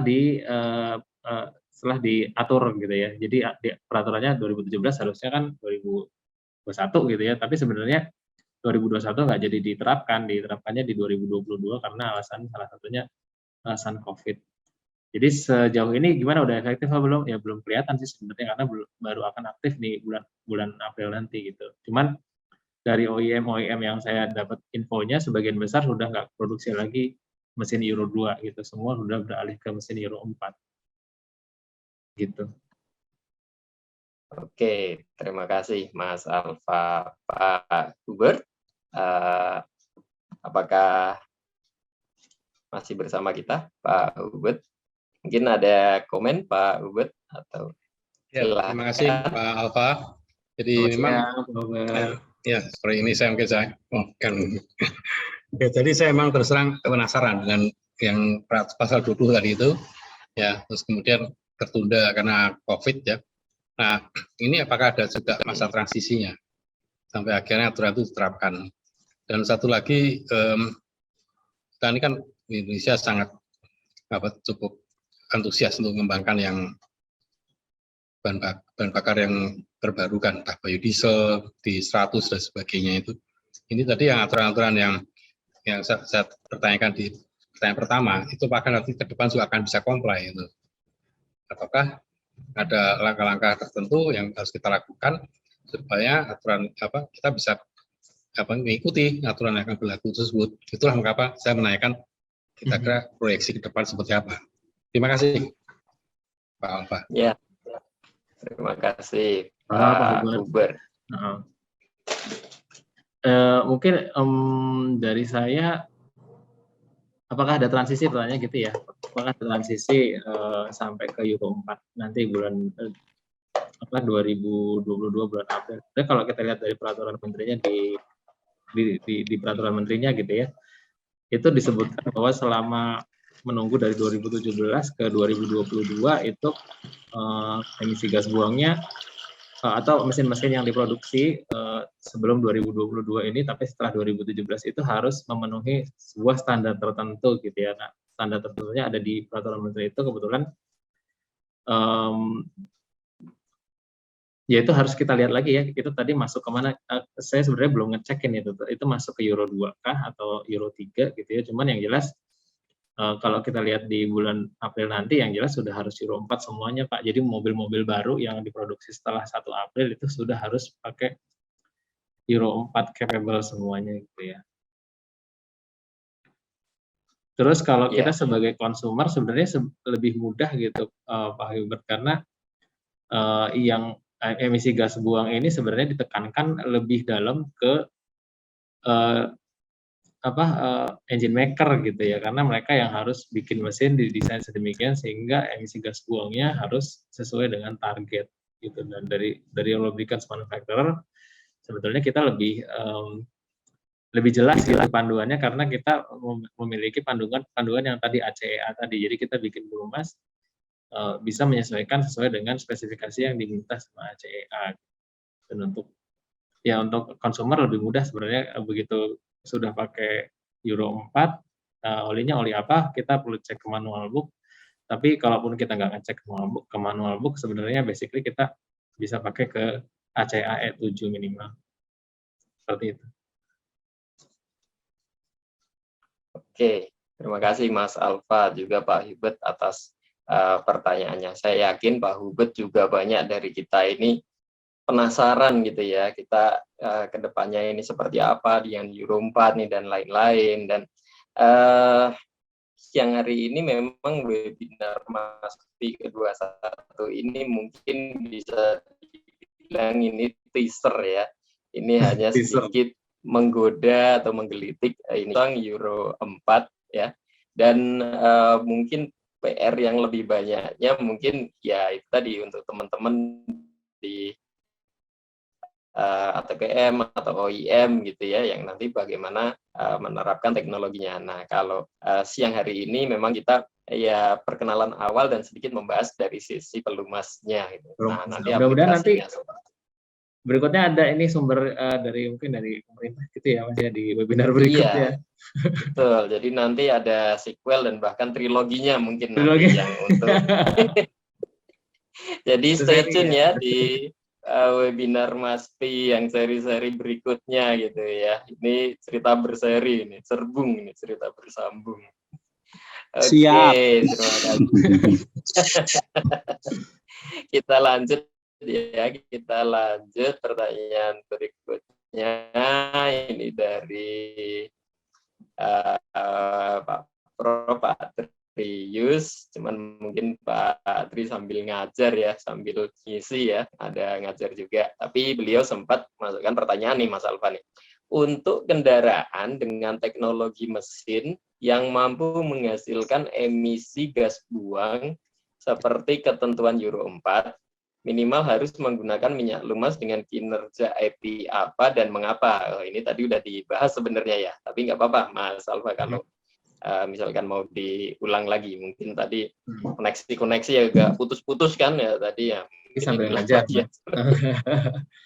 Jadi kalau untuk Euro 4 sebenarnya kita karena Euro kita lebih pas ngeceknya olinya dengan spesifikasi yang ACEA karena sama-sama Eropa gitu. Agak susah kita sambung lah ya.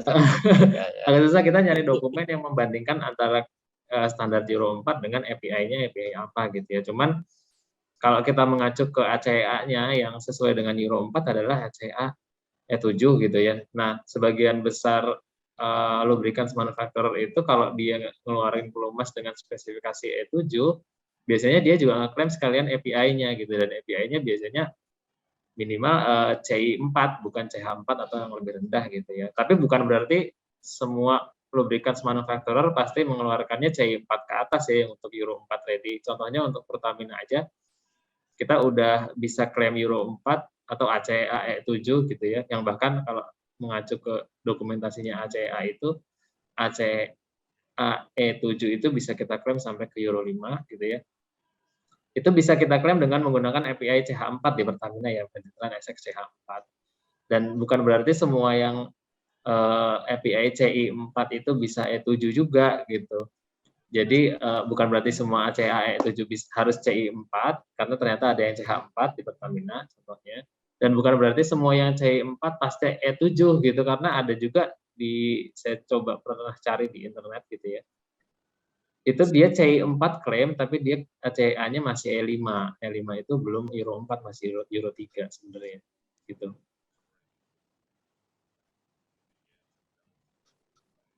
Lanjut. Oke. Ya. Jadi Ya, terima kasih Mas Alfa. umumnya gitu ya, umumnya. Ayo Pak Yus. sorry Pak. Sudah selesai Udah selesai ngajarnya. Pak ngajar ya Pak. Sudah.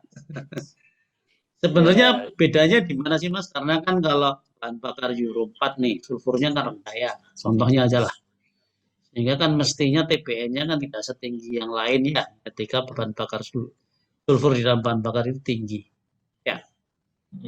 Artinya kan formulasinya mungkin banyak yang berubah ya, karena tuntutan TBN-nya nggak setinggi yang lain-lain.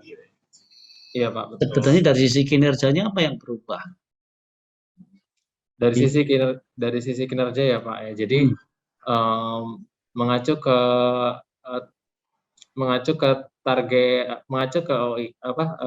teknologi yang dipakai OEM gitu ya untuk bisa mencapai emisi gas buang Euro 4 itu rata-rata memang paling nggak dia pakai EGR, Pak, exhaust gas recirculation, hanya EGR saja itu bisa mencapai ke Euro 4. Jadi kalau kita lihat dari EGR dari sistem kerjanya kan dia emisi gas buang dimasukin ke dalam lagi, jadi olinya harus tahan dengan hasil pembakaran yang lebih kotor gitu ya, walaupun sebenarnya kalau kita lihat ya kan sulfurnya lebih rendah dong gitu ya, sulfur lebih rendah ya harusnya nggak lebih berat dong, cuman sulfur yang rendah memang demikian ya Pak. Jadi kalau dari sulfur yang lebih rendah misalnya maksimal 50 ppm compare dengan sulfur yang di atas 500 ppm gitu ya, bahkan yang 2000 ppm gitu, memang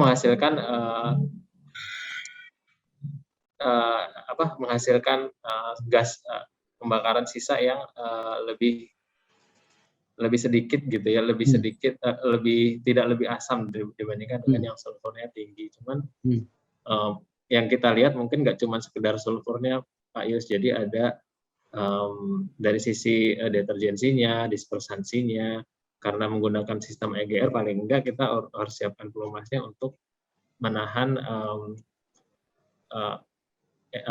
gas-gas buang hasil pembakaran itu untuk tidak mengotori mesin gitu. Tapi EGR jadi kan sebenarnya di Euro 2 juga sudah dipakai. Yang saya dapat sih infonya Pak, kalau EGR baru di Euro 4 ke atas tuh Pak. Kalau karena mobil kita kan Euro 2 itu tahun 2003 ya, kemudian dijalankan 2005. Itu kendaraan diesel dari tahun itu sudah menggunakan EGR semua itu. Ya mungkin aturannya memang Euro 2 intinya pemerintah ngeluarin aturan Euro 2 gitu. OEM masing-masing ada yang udahlah nggak usah pasang EGR gitu. Ada sebagian yang saya pengen supaya sama dengan negara-negara lain kita pakai EGR langsung, itu juga bisa sih Pak sebenarnya. Tapi begitu pakai EGR sebenarnya performance yang diminta oleh pelumasnya itu pasti secara otomatis akan berbeda dengan yang tidak pakai EGR, dan itu akan terlihat di manual book-nya sebenarnya. Jadi mungkin kita nggak kerasa ini sebenarnya udah dari dulu sih pakai EGR karena OEM masing-masing punya pendekatannya masing-masing gitu ya. Cuman kalau kita ngacu ke manual book-nya pasti akan berbeda antara mesin yang pakai EGR gitu dan yang tidak pakai EGR. Ya yang pasti semua turbocharged, semua common rail ya. EGR memang ada yang ya mengurangi NOx-nya dengan trik EGR karena mengurangi jumlah udara yang masuk kan. Karena NOx kan datangnya dari reaksi oksigen dan nitrogen yang ada di udara sendiri ya, akibat temperatur kalau lebih tinggi dari 1300. Tapi ada juga yang lebih intensif di catalytic converter kan. Betul Pak. Cara itu kan juga SCR langsung. ya. Jadi memang di Euro 2 itu orang boleh pilih pakai IGR pun sudah nyampe gitu ya. Tapi kalau di Euro 4 sepertinya nggak cukup itu dengan IGR saja gitu. Harus ada catalytic converter, bahkan mungkin CR gitu kan yang menggunakan. Sebagian pakai SCR. Walaupun Euro 6 ke atas urea-nya dihilangin lagi itu. Karena ada cara lain lagi yang dipakai untuk mengurangi NOx gitu. Kalau nggak salib sama PEP gitu ya. Iya. Masing-masing punya caranya masing-masing. Jadi sebenarnya pelumasnya berubahnya nggak terlalu signifikan ya Mas. Ketika nanti kita April itu rencananya sih April ya. Ya sebenarnya nggak berubah ke Euro 4 itu sebetulnya pelumasnya nggak terlalu signifikan berubah. Nggak berubah signifikan Pak. Apalagi kalau kita lihat ngecek ke belakang gitu ya, sebenarnya Pertamina gitu ya, itu sudah bikin oli yang capable Euro 4 dari 2016 gitu. Jadi udah lama, udah 6-7 tahun yang lalu gitu. Oke. Ya. Nah, yang pusing malah mungkin justru di bensin ya, dengan penggunaan turbocharger cc kecil itu kemudian drain intervalnya berubah banyak. Karena turbocharger kan putarannya tinggi ya. Jadi shear stability-nya di situ kan berubah jauh gitu. Akhirnya drain intervalnya kan nggak fix lagi, dia pakai indikator. Kan harus ganti oli, di dashboardnya akan keluar sendiri. Dan diberitahu kapan harus ganti oli. Artinya berapa kilometer. Nah, di diesel kan nggak sampai situ ya, walaupun sudah lama pakai turbocharger di diesel. Tapi nggak ada drain interval yang variabel seperti itu. Hanya kan masih tetap fix, entah 5.000, entah 10.000 gitu ya, tergantung jenis kendaraan. Iya Pak. Itu sudah lama Pak. Mercy tahun 2003-2024 Mercy sudah ada Pak sensor itu. Betul Mas. Gitu. Jadi apakah di Euro 4 nanti diesel itu? Yang diesel Pak ya. Yang diesel, yeah. Yang diesel sudah ada Pak. Mobil sekarang pun diesel sudah ada sensor. Ya sebagian sudah, tapi yang diesel middle class kayak Fortuner, Innova, Pajero nggak pakai itu ya. Tetap di 10.000. Sudah Pak, sudah ada Pak. Saya pakai Innova, Fortuner, tapi nggak ada indikatornya Mas. Saya pakai Pajero ada Pak. Oh Pajero ada ya? Iya Pak. Fortuner nggak ada Mas, Innova, Fortuner nggak ada. Jadi gantinya tetapnya 10.000. Pak Yus. Mungkin Mas Agung. Itu tadi Mas Agung dari Pertamina Lubrikan Pak Yus. Yes. Nah, apakah nanti di Euro 4 akan begitu? Apakah durasi ganti pelumas itu dilihat dimonitor dari kualitasnya?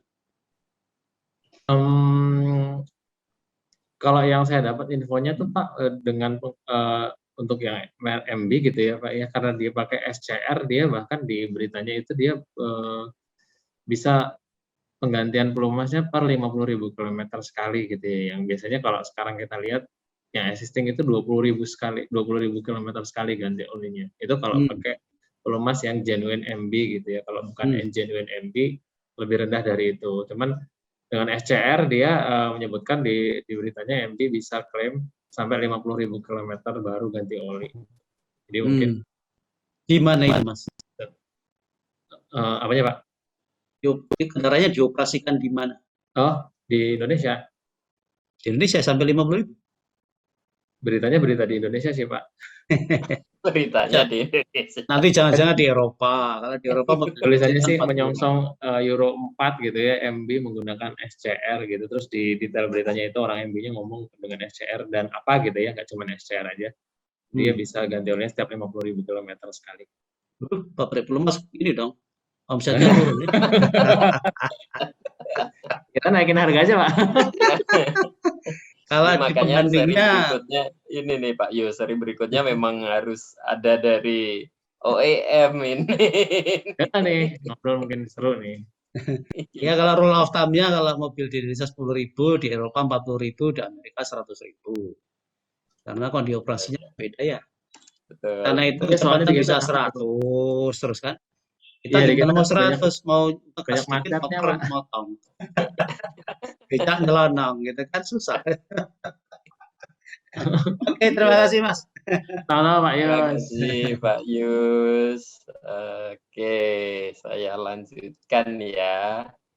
Tadi setelah Pak Yus, di sini ada pertanyaan nih dari Mas Ardian nih. After treatment device apa yang tren akan digunakan oleh OEM di Indonesia, khususnya Japanese OEM untuk menyongsong Euro 4? Mohon infonya. Nah, ini mungkin memang yang lebih berwenang mungkin teman-teman dari OEM ya, tapi ya siapa tahu nih Mas Alfa udah ada bocoran atau berita-berita tadi kan? Iya, Berita. Mas Brahma. Jadi yang pas untuk menjawab itu memang harusnya OEM sih. Cuman yang saya bisa dapat infonya mungkin nggak langsung dari OEM-nya ya. Kita juga dapatnya dari online juga, dari berita-berita yang ada gitu ya. Karena memang di berita itu disebutkan dari Isuzu paling enggak ya sama Hino itu mereka pendekatannya pakai common rail. Tapi kalau dipikir-pikir sebenarnya common rail juga Command rail kan bukan after treatment ya sebenarnya. bukan after treatment devices sebenarnya ya. Jadi mungkin mereka juga keep it for themselves kali ya. Jadi ya kalau untuk OEM ya ini rahasia aku. Kamu nanti beli aja mesinnya di setelah Euro 4 nanti baru tahu ini pakai apa gitu. Kata mereka tunggu tanggal mainnya dong. Gitu. Beli aja mobilnya. Iya. Ya, karena Euro itu kan standar emisi ya, bukan standar engine gitu kan. Untuk mencapai standar emisi tersebut, ya strategi atau yang akan dilakukan oleh OEM apa aja ya tergantung dari para OEM itu kan. Cuman memang yang sudah dipublish atau yang sudah umum tadi yang disampaikan Mas Alfa ya ada DP, FSG-R, EGR ya kan, common rail itu. Nah, itu adalah teknologi-teknologi yang diharapkan atau yang diaplikasikan untuk dapat mencapai tingkat emisi tadi Euro tadi ya. Itu jadi ya jadi sebenarnya Pak Brahma kalau boleh ikut silakan, Simbrung ya. Ini senior saya ini saya nggak bisa nyela kalau ya sebetulnya kalau bisa open cam dong atau kangen nih oh ya oke nggak berubah kok ininya ubannya.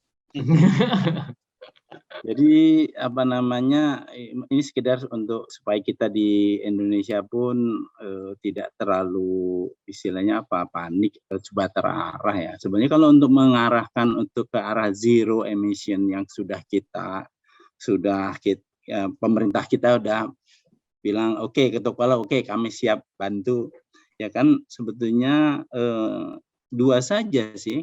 Kita masih nggak terlalu ini lagi sebenarnya, yaitu bahan bakar dan teknologi dari OEM-nya. Teknologi OEM dia, ya itu tadi jenis-jenis after treatment, exhaust gas after treatment itu apa saja, itu mungkin arahan ke mereka untuk apa yang dipikirkan dilakukan bermacam-macam kan, dari segi secara chemical, secara electrical atau secara mechanical ya kan ya, seperti itu. Tapi yang lebih enak ini sebetulnya yang lebih gampang menurut saya dan tuntutan lebih berat lagi Pak ini para perusahaan minyak lokal atau multinasional ya, bahwa bahan bakarnya ya kan, dan satu saat barangkali harus mengarah ke bahan bakar yang memang tidak membentuk partikulat maupun polutan-polutan tadi. Jadi beberapa ini yang ya kita dibatasi dengan yang itu tadi, bahwa ya ujung yang zero betul-betul adalah EV tentunya kan ya gitu. Nah, tapi sebelum ke sana ya itulah mungkin arahan kita. Sehingga nanti saya juga ada pertanyaan yang arahnya ke arah yang situ. Itu yang kebetulan ya, karena di sini dari Pertamina juga barangkali ada bocoran atau gimana, punya apa namanya info untuk ini, ya boleh di-share ke kita bersama gitu. Jadi itu aja tambahan dari saya. Jadi artinya bahan bakar dan teknologi yang diterapkan oleh engine maker nanti itu yang harus kita apa namanya ikuti terus.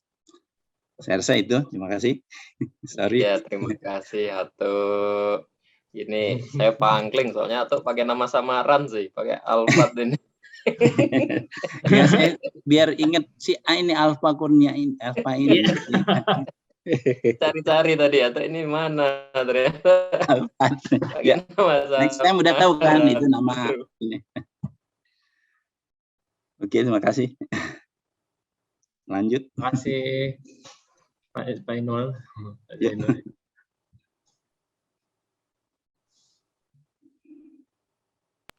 Saya pikir tadi surat Al-Fatihah ini Mas ini.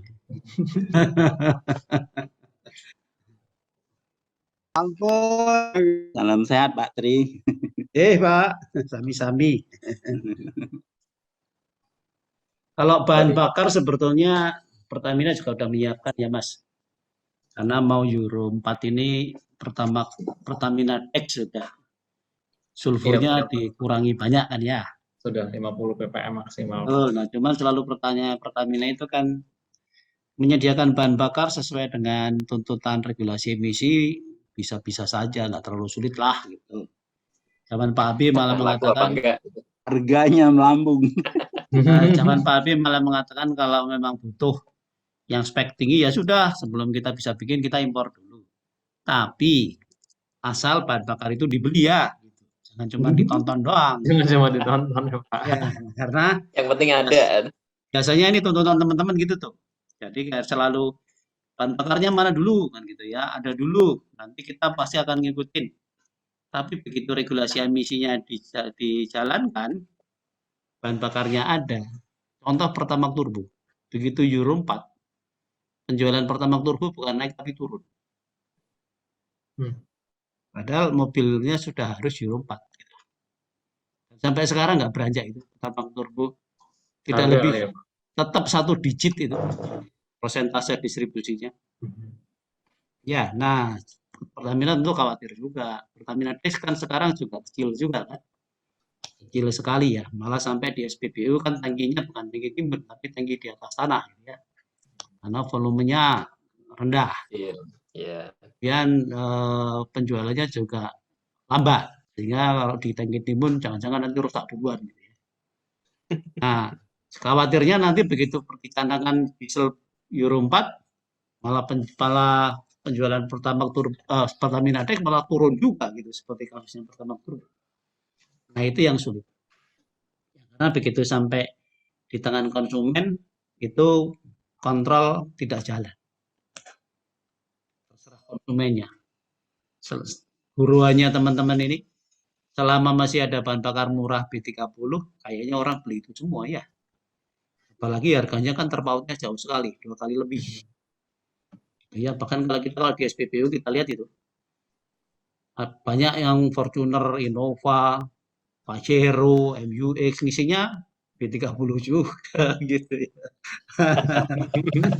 Kalau ada yang murah ya Pak ya. Ya, nah, yang mahal? Beli yang mahal atau jangan-jangan mereka nggak tahu aja mungkin karena yang itu mungkin ibu-ibu ya pokoknya yang ini. Kalau yang beli Pajero, beli Innova pasti tahu Mas ada Pertamina. Pura-pura nggak tahu mungkin. Aja ya Pak ya. Nah, itu saya kira ya justru merusak olinya itu nanti bahan bakarnya nggak cocok itu. Ya, betul. Kita tanya Mas Agung tadi yang pakai Pajero, isinya apa itu? Ragu. Tapi jawabnya Jabri. Iya, itulah. Harga plus 62 Pak. Iya Pak. Kecuali itu Mas, kecuali plus 62 ya. uji petik di jalan, kita. uji petik di jalan, uji petik di jalanan itu di jalan raya dijalankan. Ya nggak lulus emisinya dikandangkan karena mengotori lingkungannya. Nah, mungkin baru itu. Baru ya Pak ya, baru Baru jerat. tertib. Tadi kemarin aja nggak jadi itu Pak. Nah, Wah, itu. Kayaknya ada Wah yang ini membuat tidak jadi. kalau diteruskan nanti bisa kena ini kita bisa kena banting, kena sensor. Kita kembali ke laptop aja Pak. Kita Oke, kembali. jadi monggo. Selingan Mas, selingan. Iya siap Pak siap. Kita kembali ke pertanyaan. Ini ada dari Pak Surif ini ya. Adakah API CI ya, CI cukup untuk kegunaan biodiesel B10 dan B20? Oh, ini yang ditanyakan malah B10 dan B20 ya. Dengan sekarang kita notabene sudah di B30. Gimana Mas Alfa ini? Ada tanggapan nggak ini dari Ya, jadi kalau untuk urusan konten gitu ya, B10, B20, B30, sekarang B30 gitu ya. Indonesia sebenarnya sebagai salah satu yang terdepan gitu ya. Karena kalau kita ngecekin spesifikasi oli gitu ya, spesifikasi oli yang terkait dengan biofuel itu nggak ada di API, tapi adanya di Eropa, di ACEA, dan itu pun pengujiannya masih B7 maksimal, belum sampai B30 gitu ya. Jadi kalau untuk jawab pertanyaan ini, basically selama yang C4 atau CH4 bahkan gitu ya, nggak menimbulkan keluhan ya kita nggak perlu khawatir gitu ya, karena dari yang kami temui di pasaran gitu, atau dari info yang masuk ke kami lewat OEM gitu ya, OEM tertentu itu bahkan bilang ke Pertamina, ini sebenarnya kami nggak butuh yang lebih tinggi dari ini, gitu, yang nggak butuh yang lebih tinggi performance level dari CH4 gitu ya, karena di data yang masuk di kami di CH4 pun engine-nya masih perform gitu, olinya masih nggak ada masalah terkait dengan pelumasan gitu ya. Jadi ada standar khusus untuk yang B10, B20, B30 nggak, minimal CI atau CH dan sebagainya, sebenarnya nggak ada standar yang pastinya ya, karena standar acuan yang utama adalah mengacu ke ACEA atau API atau JASO gitu ya, dan mereka nggak sampai B30 gitu. Ya. Jadi jangankan CI ya, yang CH aja masih cukup oke ya, gitu. masih Iya. tadi ya. Jadi, tapi masing-masing lubricants manufacturer mungkin punya data yang berbeda ya. Itu data yang masuk di kami bahwa CH4-nya Pertamina masih cukup kuat. Bahkan sejauh ini kita jualan banyak pelumas yang lebih rendah dari CH gitu ya, CF4, CF itu juga nggak ada keluhan yang terkait dengan pelumasan yang nggak optimal karena menggunakan B30. Ya, dengan menggunakan biodiesel ya. Ya, terima kasih Mas Alfa, Pak Surif, Mas Alfa, Mas Brahma. Oi, Pak Esto. Gimana Pak Esto? Nun sewu. Minta izin untuk Pak. Boleh. Ketua panitia dipersilakan, Pak. Mohon izin. Gak berani nyela juga saya. Apakah pernah ada penelitian soal fuel dilution? Gimana Pak Esto? Apakah ada penelitian soal fuel dilution selama ini dengan penggunaan B30, Mas Alfa sama Mas Brahma? Dari yang kami punya datanya Pak Esto, sebenarnya bukan Pertamina yang melakukan pengujian langsung gitu ya, cuma data yang ada itu menyebutkan bahwa penggunaan B konten gitu ya, mau itu B10, B20, B30, nah semakin tinggi konten B-nya, itu semakin rentan, semakin besar jumlah fuel dilution yang masuk ke mesin gitu Pak. Jadi memang ada concern ke sana ya Pak, untuk penggunaan bio. Cuman pada dasarnya mengacu ke data yang ada juga gitu ya. Jadi walaupun dengan kecenderungan untuk fuel dilution yang lebih tinggi, dengan kondisi dengan performance level yang ada sekarang itu sudah masih capable untuk bisa handle sampai B30. Nggak ada ini Mas, nggak mendeteriorate kualitas lubricants-nya setelah katakan terdilusi berapa persen misalnya gitu?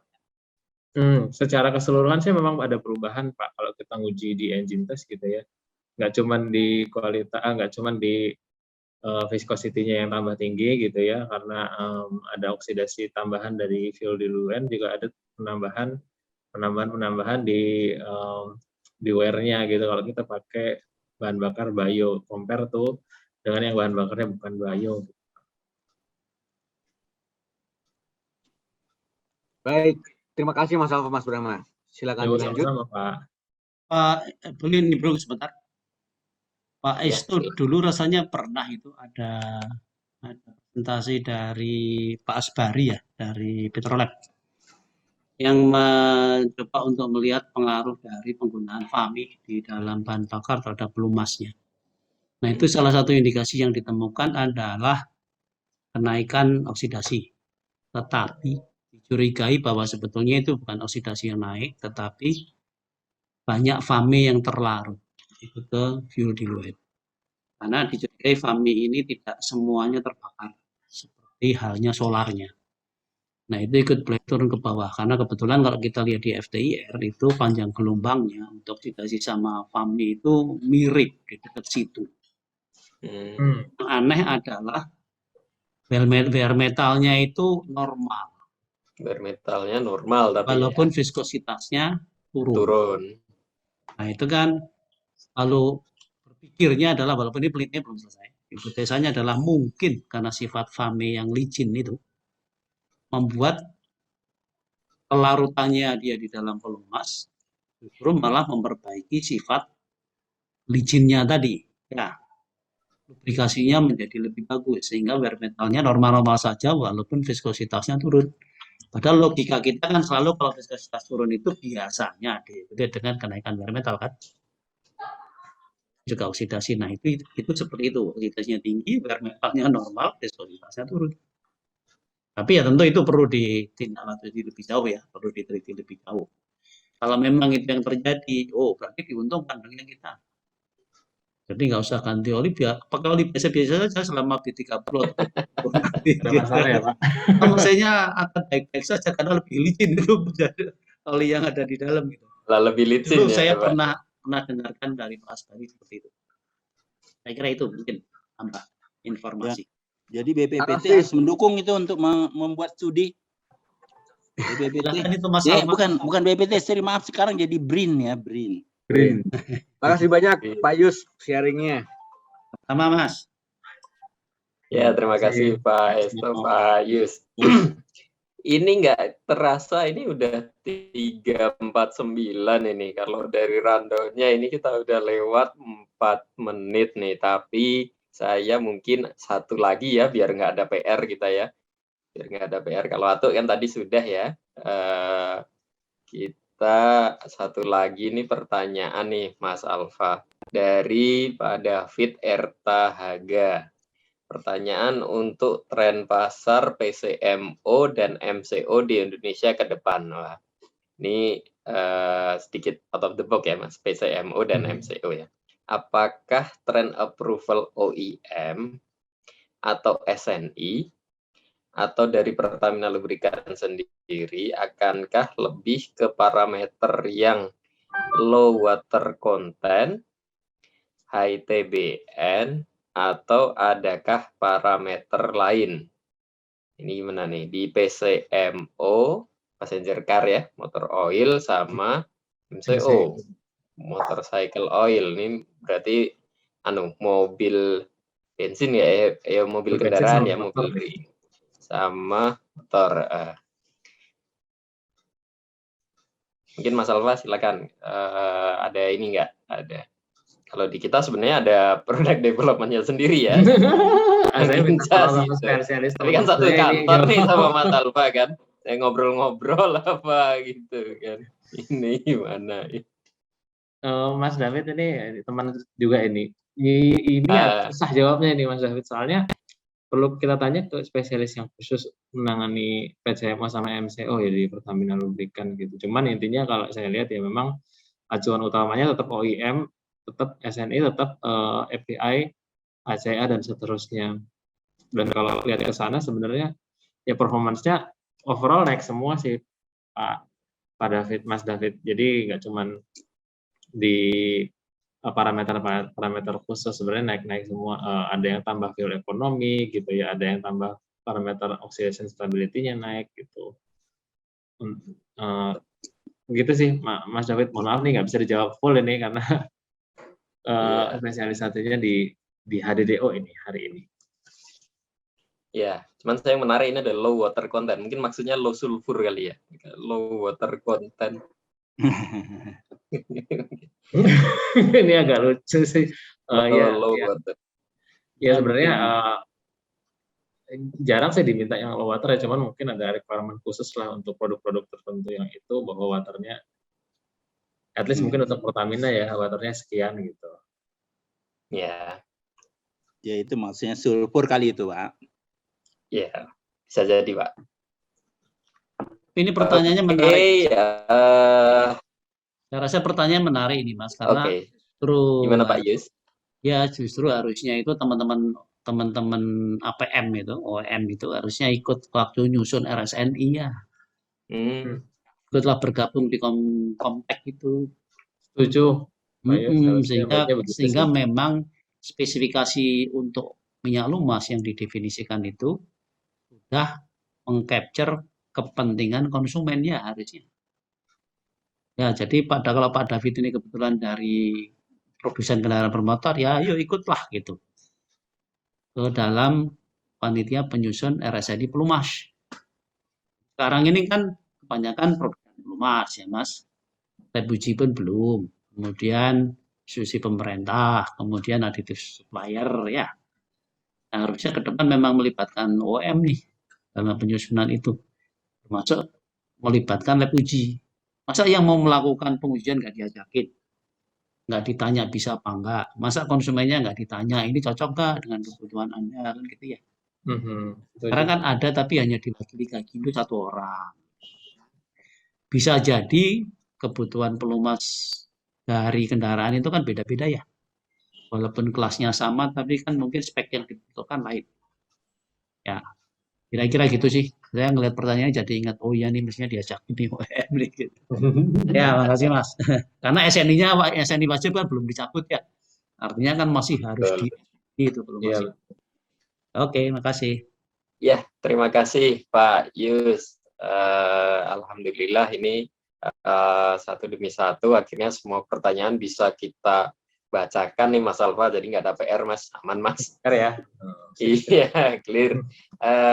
Terima kasih semuanya, terima kasih Mas Alfa atas pemaparannya dan juga diskusinya, Pak Yus, Pak Esto, Pak Zainul, tadi juga ada Pak Huber tadi. Semuanya antusias dan semuanya eager ya, menyongsong penerapan Euro 4 gitu. Nah, ini sudah mendekati pukul 4, tapi sebelum meninggalkan acara ya, sebelum meninggalkan event ini, mohon kesediaannya kita foto bersama. Nah, kalau tadi nggak boleh open cam, sekarang diharapkan semuanya untuk open cam ya. Ya, kita foto bareng nih, dipandu Mas Andri mungkin. Mas Andri gimana Mas? Ini Mas. Siap, nanti dibantu sama Mbak Hana. Mbak Hana masih di situ. Oke, siap. Ini kita udah, saya lihat udah pada menyalakan kamera ya, di ini Mas juga ganteng-ganteng nih. Ya, ya itu. Mas juga, saya udah nyisir nih. Saya udah nyisir. Halo Mbak Hana. Baik, Mas Andri. Ya, kalau yang aman di rumah mau lepas masker boleh ya. Kalau yang di kantor ya jangan ya. Kalau sudah belum Mbak? Baik, Bapak Ibu sekalian, ini ada 4 halaman. Pakai gaya apa gimana nih Mbak? Boleh, silakan Bapak. Ini kebetulan ada 4 halaman Pak, Bu. Jadi nanti mohon standby saja karena ada yang dapat beberapa kali difoto gitu ya. Baik, untuk halaman pertama siap semua, siapkan pengiriman atau gayanya. Baik, siap, pakai gaya dong. 2, 3, mohon tahan sebentar. Baik, untuk halaman kedua siap semua, 1, 2, 3. Halaman ketiga, 1, 2, 3. Halaman keempat, 1, 2, 3. Baik, terima kasih Bapak Ibu sekalian. Iya, terima kasih buat kasih semuanya. Terima kasih Mas Brahma, Mas Alfa. Terima kasih Mas Alfa, terima kasih. Dengan Sama-sama, berakhirnya Pak sesi Yus, Pak foto Nurdin. berakhir Terima kasih pula semuanya, kita Pak Budi, terima Pak kasih semuanya. semuanya. Semuanya, terima Pak. kasih Sehat semuanya ya. Kabar bareng-bareng Pak. Kita jumpa lagi di Assalamualaikum. webinar MASPI yang ke-22 ya. Pamit dulu. Ditunggu. Monggo. Pamit. Bareng-bareng. Matur nuwun sangat. Sehat-sehat semua. Pisan. Amin. Esto, Apa? gimana Pak sehat Tri? ya? Alhamdulillah. Ya, istri lagi di rumah sakit. Pak Yus, Sakit apa? sebenarnya Itu? soal kilometer untuk oil drain interval itu dari Honda Accord tahun 1985 sudah juga, Pak. Itu sebenarnya preset. Udah gitu ya? Ya, preset secara manual. Jadi nggak ada sensor chemicals misalnya gitu ya, yang menandakan umur penggantian. Tapi lebih ke arah